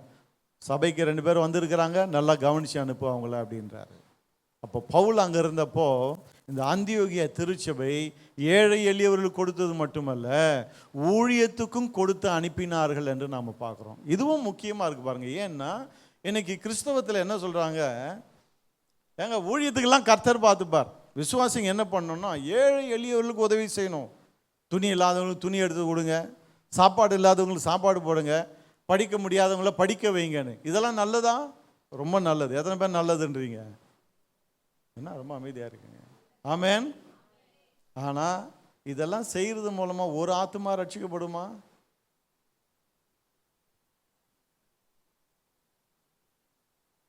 ஆனால் சுவிசேஷத்தை அறிவிக்கும் போது ஆத்துமாக்கள் ரட்சிக்கப்படும். ஹல்லேலூயா. இதுவும் முக்கியம், அதுவும் முக்கியம். எது ரொம்ப முக்கியம்னு பார்த்தீங்கன்னா சுவிசேஷம் அறிவிப்பது ரொம்ப முக்கியம். ஹல்லேலூயா. என்கிட்ட ஒருத்தர் ரொம்ப ஆர்கியூ பண்ணார் பாருங்க. நான் அவர்கிட்ட ஒரே ஒரு காரியத்தை தான் கேட்டேன். நான் கேட்டேன், இந்த உலகத்தில் படிக்க முடியாதவங்க, வசதி இல்லாமல் நிறைய பேர் கஷ்டப்படுறாங்க, அவங்களுக்கெல்லாம் உதவி செய்யக்கூடியவங்க ஏராளமான பேர் இருக்காங்க தெரியுமா உங்களுக்கு? விப்ரோ அப்படின்னு ஒரு கம்பெனியை கேள்விப்பட்டிருக்கீங்களா? அந்த விப்ரோ கம்பெனி அந்த முதலாளி அசீம் பிரேம்ஜி, அவர் ஏறக்குறைய ஒரு வருஷத்துக்கு 18,000 கோடி இப்படி தான தர்மத்துக்கு செலவு பண்ணுறாரு. எவ்வளோ கோடி? 18,000 கோடி. ஆனால் அதில் சுவிசேஷ பணிக்குன்னு ஏதாவது இருக்கா? இல்லை. அசீம் பிரேம்ஜியை மாதிரி உலகத்தில் ஆயிரக்கணக்கான மக்கள் இருக்கிறாங்க. சாப்பாடு இல்லைன்னு கேட்டால் காசு கொடுப்பாங்க. ஊழியத்துக்கு போகிறவங்க கேட்டால் போய் வேலையை பாரியா, போயா, எதுக்கு இந்த வேலை உனக்கு அப்படின்வாங்க. அப்போ அவங்களுக்கெல்லாம் யார் உதவி செய்கிறது? அதுக்காக தான் கர்த்தர் உங்களையும் என்னையும் வைத்திருக்கிறார். எத்தனை பேர் ஆமேன்னு சொல்கிறீங்க? ஆகவே தான் நான் என்னுடைய வாழ்க்கையில் நான் கொடுப்பது என்று வரும்போது என்னுடைய ஃபஸ்ட்டு ப்ரிஃபரன்ஸு ஊழியக்காரர்களுக்கு, சபைகளுக்கு. ஏன்னா ஆத்தும ஆதாய பணி தான் எனக்கு ரொம்ப முக்கியம் பாருங்க. எத்தனை பேர் படிக்க வச்சேன், அவன் படிச்சுட்டு நரகத்துக்கு போகிற காட்டிலும் படிக்காமல் ஏதோ ஒரு வேலையை செஞ்சுட்டு நல்லா பொழைச்சிட்டு அவன் பரலோகம் வந்து சேர்ந்தான்னா அதை விட ஒரு பெரிய சந்தோஷம் இருக்க முடியாது. ஹல்லேலூயா. அப்படிப்பட்டவர்களுக்கு உதவக்கூடியவங்க இந்த உலகத்தில் நிறைய பேர் இருக்கிறாங்க, உதவிட்டு இருக்காங்க. ஆனால் ஊழியத்துக்கு உதவி செய்யக்கூடியவர்கள் உங்களையும் என்னையும் விட்டவர் யாரும் கிடையாது. எத்தனை பேருக்கு வழங்குது நான் சொல்கிற காரியம்? ஆகவே தான் பாருங்க, அந்த அந்தியோகியா சபை முதல்ல ஒரு மிஷினரி சபையாய் மாறிட்டு மிஷினரிகளை அனுப்பி வைத்தது. பவுலும் பர்னபாவும் முதலாவது மிஷினரி பிரயாணம் புறப்பட்டு சென்றார்கள் என்று நாம் பார்க்குறோம். சரி, ஒரு சில வசனங்களை கடைசியாக முடிக்கிறதுக்கு முன்னாடி சொல்லிடுறேன் பாருங்க. கலாத்தியர் 6:6 நம்ம வாசிக்கிறோம், திருவசனத்தில் உபதேசிக்கிறவனுக்கு சகல நன்மைகளிலும் பகிர்ந்து கொடுக்க கடவன் அப்படின்னு. ஏன் இந்த வார்த்தை ரொம்ப முக்கியம்னு சொன்னால், இன்றைக்கு உலகத்தில் ஒரு பெரிய டிபேட் நடந்தது. ஏன்னா கொடுப்பதை பற்றி நம்ம பேசிட்டு இருக்கோம் இல்லையா? இதை பற்றி சொல்லாமல் விட்டால் நல்லா இருக்காது. இன்றைக்கு உலகத்தில் ஒரு பெரிய டிபேட் என்னன்னா, என் காணிக்கையும் என் தசபாகத்தையும் நான் எங்கே கொண்டு போய் கொடுக்கறது? ஒருத்தர் டிவியில் பிரசங்கம் பண்ணுறாரு பாருங்க, எதுக்கு உன் சபைக்கே நீ கொடுத்துன்னு இருக்கிற, எதுக்கு உன் பாஸ்டருக்கே நீ கொடுத்துட்டு இருக்கிற, உன் பாஸ்டர்கிட்ட அத்தனை கார் இருக்க, எவ்வளோ ஊழியக்காரங்க இருக்காங்க, ஏழை பைக் கூட வாங்க வசதி இல்லை, அவங்களாம் இருக்கிறாங்க, அவங்களுக்கு கொண்டு போய் கொடுக்கலாமே, எதுக்கு உன் பாஸ்டருக்கு பெரிய வீட்டை கட்டிட்டாரு, ஒரு வீடுக்கு 2 வீடு இருக்குது, நிறைய கார்களை வச்சிருக்கிறாரு, அவருக்கு ஏன் கொடுக்குற? அதை கேட்கும்போது நல்லா தான் இருக்குல்ல, அவருக்கு இருக்குது எதுக்கு அப்படின்னு. ஆனால் அவங்களுக்கு இது சொல்கிறது ஒரு ஊழியக்கார். ஆனால் அவங்களுக்கு விளங்காத ஒரு காரியம் என்னன்னா, கொஞ்சம் கூட அவங்க யோசிக்கிறது கிடையாது. ஏன் இந்த ஜனங்க இத்தனை காரை வச்சுக்கிட்டு 2 வீடை வச்சுட்டு இருக்கிற அந்த பாஸ்டருக்கு திரும்ப திரும்ப கொடுக்குறாங்க? ஏன் அந்த சபைக்கே கொண்டு போய் திரும்ப திரும்ப கொடுக்குறார்கள்? அதை யோசிக்க மைண்ட் இல்லை பாருங்க. அருமையானவர்களே, இதெல்லாம் ஆழமாக சிந்திச்சு தான் உங்கள் மத்தியில் பேசிட்டு இருக்கேன். ஏன் திரும்ப திரும்ப அங்கே போய் கொடுக்குறாங்கன்னு சொன்னால், அங்கே கொண்டு போய் அவர்கள் கொடுக்கல, கொண்டு போய் விதைக்கிறார்கள். அவர்கள் விதைக்க விதைக்க ஏராளமாய் திரும்ப அறுக்கிறார்கள். ஹல்லேலூயா. அதான் பெரிய ரகசியம் பாருங்க. 4 கார் இருக்குது, 40 கார் இருக்கு, கொடுக்காதன்றது பிரசங்கம் இல்லை பாருங்க. 4 கார் இருக்குதோ 1 கார் கூட இல்லையோ அது முக்கியம் கிடையாது. எங்கே வசனத்தை கேட்டு நீங்கள் ஆசீர்வதிக்கப்படுகிறீர்களோ அங்கே கொண்டு போய் உங்களுடைய ஆசீர்வாதத்தை பகிர்ந்து கொள்ளுங்கள். அதை தான் கலாத்தியர் 6:6 நம்ம வாசிக்கிறோம். உபதேசிக்கப்படுகிறவன் உபதேசிக்கிறவனுக்கு சகல நன்மைகளிலும் பகிர்ந்து கொடுக்க கடவன். அதை சொல்லிட்டு 2 தீமோத்தேயு 2:6 என்ன சொல்றாரு? பிரயாசப்பட்டு பயிரிடுகிறவன் பலனில் முந்தி பங்கடைய வேண்டும். சபையில் இருக்கிற போதகர் பிரயாசப்பட்டு பயிரிடுகிறார். உங்கள் உள்ளமாகிய நிலத்திலே வசனத்தை பயிரிட்டு கொண்டே இருக்கிறார் பாருங்க. அவர் பிரயாசப்பட்டு பயிரிடுகிறார். இந்த மாதிரி ஆட்கள் என்ன சொல்றாங்க? அவர் பயிரிடட்டும், விளைஞ்சு வரும்போது நீங்க வேற யாருக்காவது அனுப்புங்க. நான் என்ன சொல்றேன், எல்லாருக்கும் அனுப்புவோம், நல்லது தான், அதில் தப்பே கிடையாது. நம்மக்கிட்ட காசு இருக்கும் பட்சத்தில் எல்லாருக்கும் பகிர்ந்து கொடுப்பதில் எந்த தவறும் கிடையாது பாருங்க. கர்த்தர் அப்படிதான் எதிர்பார்க்கிறார். ஆனால் வேதம் நமக்கு குறிப்பாய் போதிக்கிற காரியம் என்ன? பிரயாசப்பட்டு பயிரிடும் போது அவர்கள் பலனிலே முந்தி பங்கடைய வேண்டும் என்று சொல்லுகிறார். ஹல்லேலூயா. இப்போ பாருங்க அருமையானவர்களே, பவுல் பர்னபா மாதிரி ஊழியக்காரர்கள் இருக்கும்போது என்ன நடக்கிறது? ஊழியங்கள் வளருகிறது, மக்கள் கொடுக்க ஆரம்பிக்கிறார்கள், சபைகள் புதிதாய் ஸ்தாபிக்கப்படுகிறது. ஆமென். பவுல் தன்னுடைய ஊழிய பிரயாணத்தில் போயிட்டு நிறைய சபைகளை ஸ்தாபித்தார் பாருங்க. நிறைய சபைகளை ஸ்தாபித்தார். அதுக்கெல்லாம் காரணம் யாருன்னு சொன்னா, கொடுக்கக்கூடிய ஒரு நல்ல திருச்சபை, நல்ல ஊழியர்களை கொண்ட ஒரு நல்ல திருச்சபை. ஆகவே அந்த சபை மக்கள் ஏராளமே கொடுத்தார்கள், ஊழியர்கள் போய் ஊழியம் செய்தார்கள், நிறைய சபைகளை ஸ்தாபித்தார்கள். அந்த கிரெடிட் எல்லாம் யாருக்கு போகும்னு நினைக்கிறீங்க? இன்னைக்கு நாம உட்காந்துட்டு பவுல் பர்னபாவை பற்றி மட்டும்தான் பேசிட்டு இருக்கோம்ல. ஆனால் கொடுத்து அவர்களை அனுப்பினார்களே, அவர்களுக்கும் அந்த பலன் போய் சேரும். ஹல்லேலூயா. ஆண்டவர் சொல்றார், இப்படி கொடுக்கும்போது இந்த உலகத்திலே நம்ம நூறத்தினையை பெறுகிறது மட்டுமல்ல, மறு உலக வாழ்விலும் நம்ம ஆசீர்வாதங்களை பெற்றுக்கொள்கிறோம். எத்தனை பேர் அதை விசுவாசிக்கிறீங்க? கண்களை மூடி நம்ம ஜெபிப்போமா? ரொம்ப முக்கியமான ஒரு சத்தியத்தை நாம பார்த்தோம். நீங்களும் நானும் சபையில் ஆற்றுகிற பங்கு, வெறும் சபைக்கு வந்துட்டு போகிறது, பாட்டு பாடுறது மட்டும் நம்முடைய பங்கு இல்லை பாருங்க. இப்படிப்பட்ட காரியங்களுக்கு கொடுப்பது, ஏழைகளுக்கு கொடுப்பது, ஊழியங்களுக்கு கொடுப்பது, சபையை தாங்குவது, ஊழியரை தாங்குவது எல்லாமே நம்முடைய பொறுப்பு பாருங்க. அதற்காக தான் கர்த்தர் நம்மை அழைத்திருக்கிறார். மற்றவங்களுக்கு உதவி செய்ய 1000 பேர் இருக்காங்க, ஆனால் சபைக்கு செய்ய நீங்களும் நானும் தான் இருக்கோம். அருமையானவர்களே, இன்றைக்கு ஒரு தீர்மானம் எடுங்க. என்ன தீர்மானம்? என் சபையோடு கூட நான் நிற்பேன். தேவன் எங்கோ இருந்து ஒரு மனுஷனை இங்கே தெரிந்து கொண்டு அவரை இங்கே ரட்சித்து ஒரு இடத்துல கொண்டு போய் ட்ரைனிங் கொடுத்து திரும்ப இங்கே கொண்டு வந்து ஒரு சபையை ஸ்தாபித்து இத்தனை வருஷமாக ஃபெய்த்ஃபுல்லாக ஒரு இடத்துல ஊழியம் செய்து கொண்டு இருக்கார் பாருங்க. இதெல்லாம் தேவனுடைய கிருபை. ஹல்லேலூயா. அதற்கு நாம் உறுதுணையாக இருக்கணும் பாருங்க. அப்படி இருக்கும்போது அவருக்கு கிடைக்கக்கூடிய அந்த ஆசீர்வாதங்களிலே நிச்சயம் நமக்கும் பங்கு உண்டு. ஹல்லேலூயா. ஸ்தோத்திரம். எங்கள் அன்பின் பிதாவே, இந்த நல்ல வேலைக்காக நாங்கள் உமக்கு நன்றி சொல்கிறோம் கர்த்தாவே. Thank you Lord. ஸ்தோத்திரம். இந்த மாலை நீர் எங்களுக்கு போதித்த நல்ல வார்த்தைகளுக்காக நன்றி சொல்லுகிறோம். உடைய ஜீவ வார்த்தைகளுக்காக உமக்கு ஸ்தோத்திரம் ஆண்டவரே. மனுஷன் அப்பத்தினால் மாத்திரமல்ல, தேவனுடைய வாயிலிருந்து புறப்படுகிற ஒவ்வொரு வார்த்தையினாலும் பிழைப்பான்னு சொன்னீங்களே. இன்றைக்கு நாங்கள் கேட்ட உடைய வார்த்தைகளை எங்களை பிழைக்க வைக்கட்டும் ஆண்டவரே. இந்த திருச்சபையில் எங்களை கொண்டு வந்து இருக்கிறீர். இத்தனை வருஷ காலமாக இங்கே வருகிறோம். இந்த சபையின் மூலமாய் மிகுந்த ஆசீர்வாதத்தை பெற்றிருக்கிறோம். தேவனே, இந்த சபைக்கு நாங்களும் ஆசீர்வாதமாக இருக்கும்படி எங்களுக்கு அதிகமாய் கிருபை பாராட்டுவீராக. அந்தியோகிய சபையை போல நாங்களும் கொடுக்கிறவர்களாய் மாறட்டும் ஆண்டவரே. சபையும் ஊழியத்தையும் தாங்குகிறவர்களாக மாறட்டும். எங்களை கொண்டு பெரிய காரியங்களை செய்யும். அநேகருக்கு நாங்கள் ஆசீர்வாதமாய் மாறட்டும் கர்த்தாவே. ஹல்லேலூயா.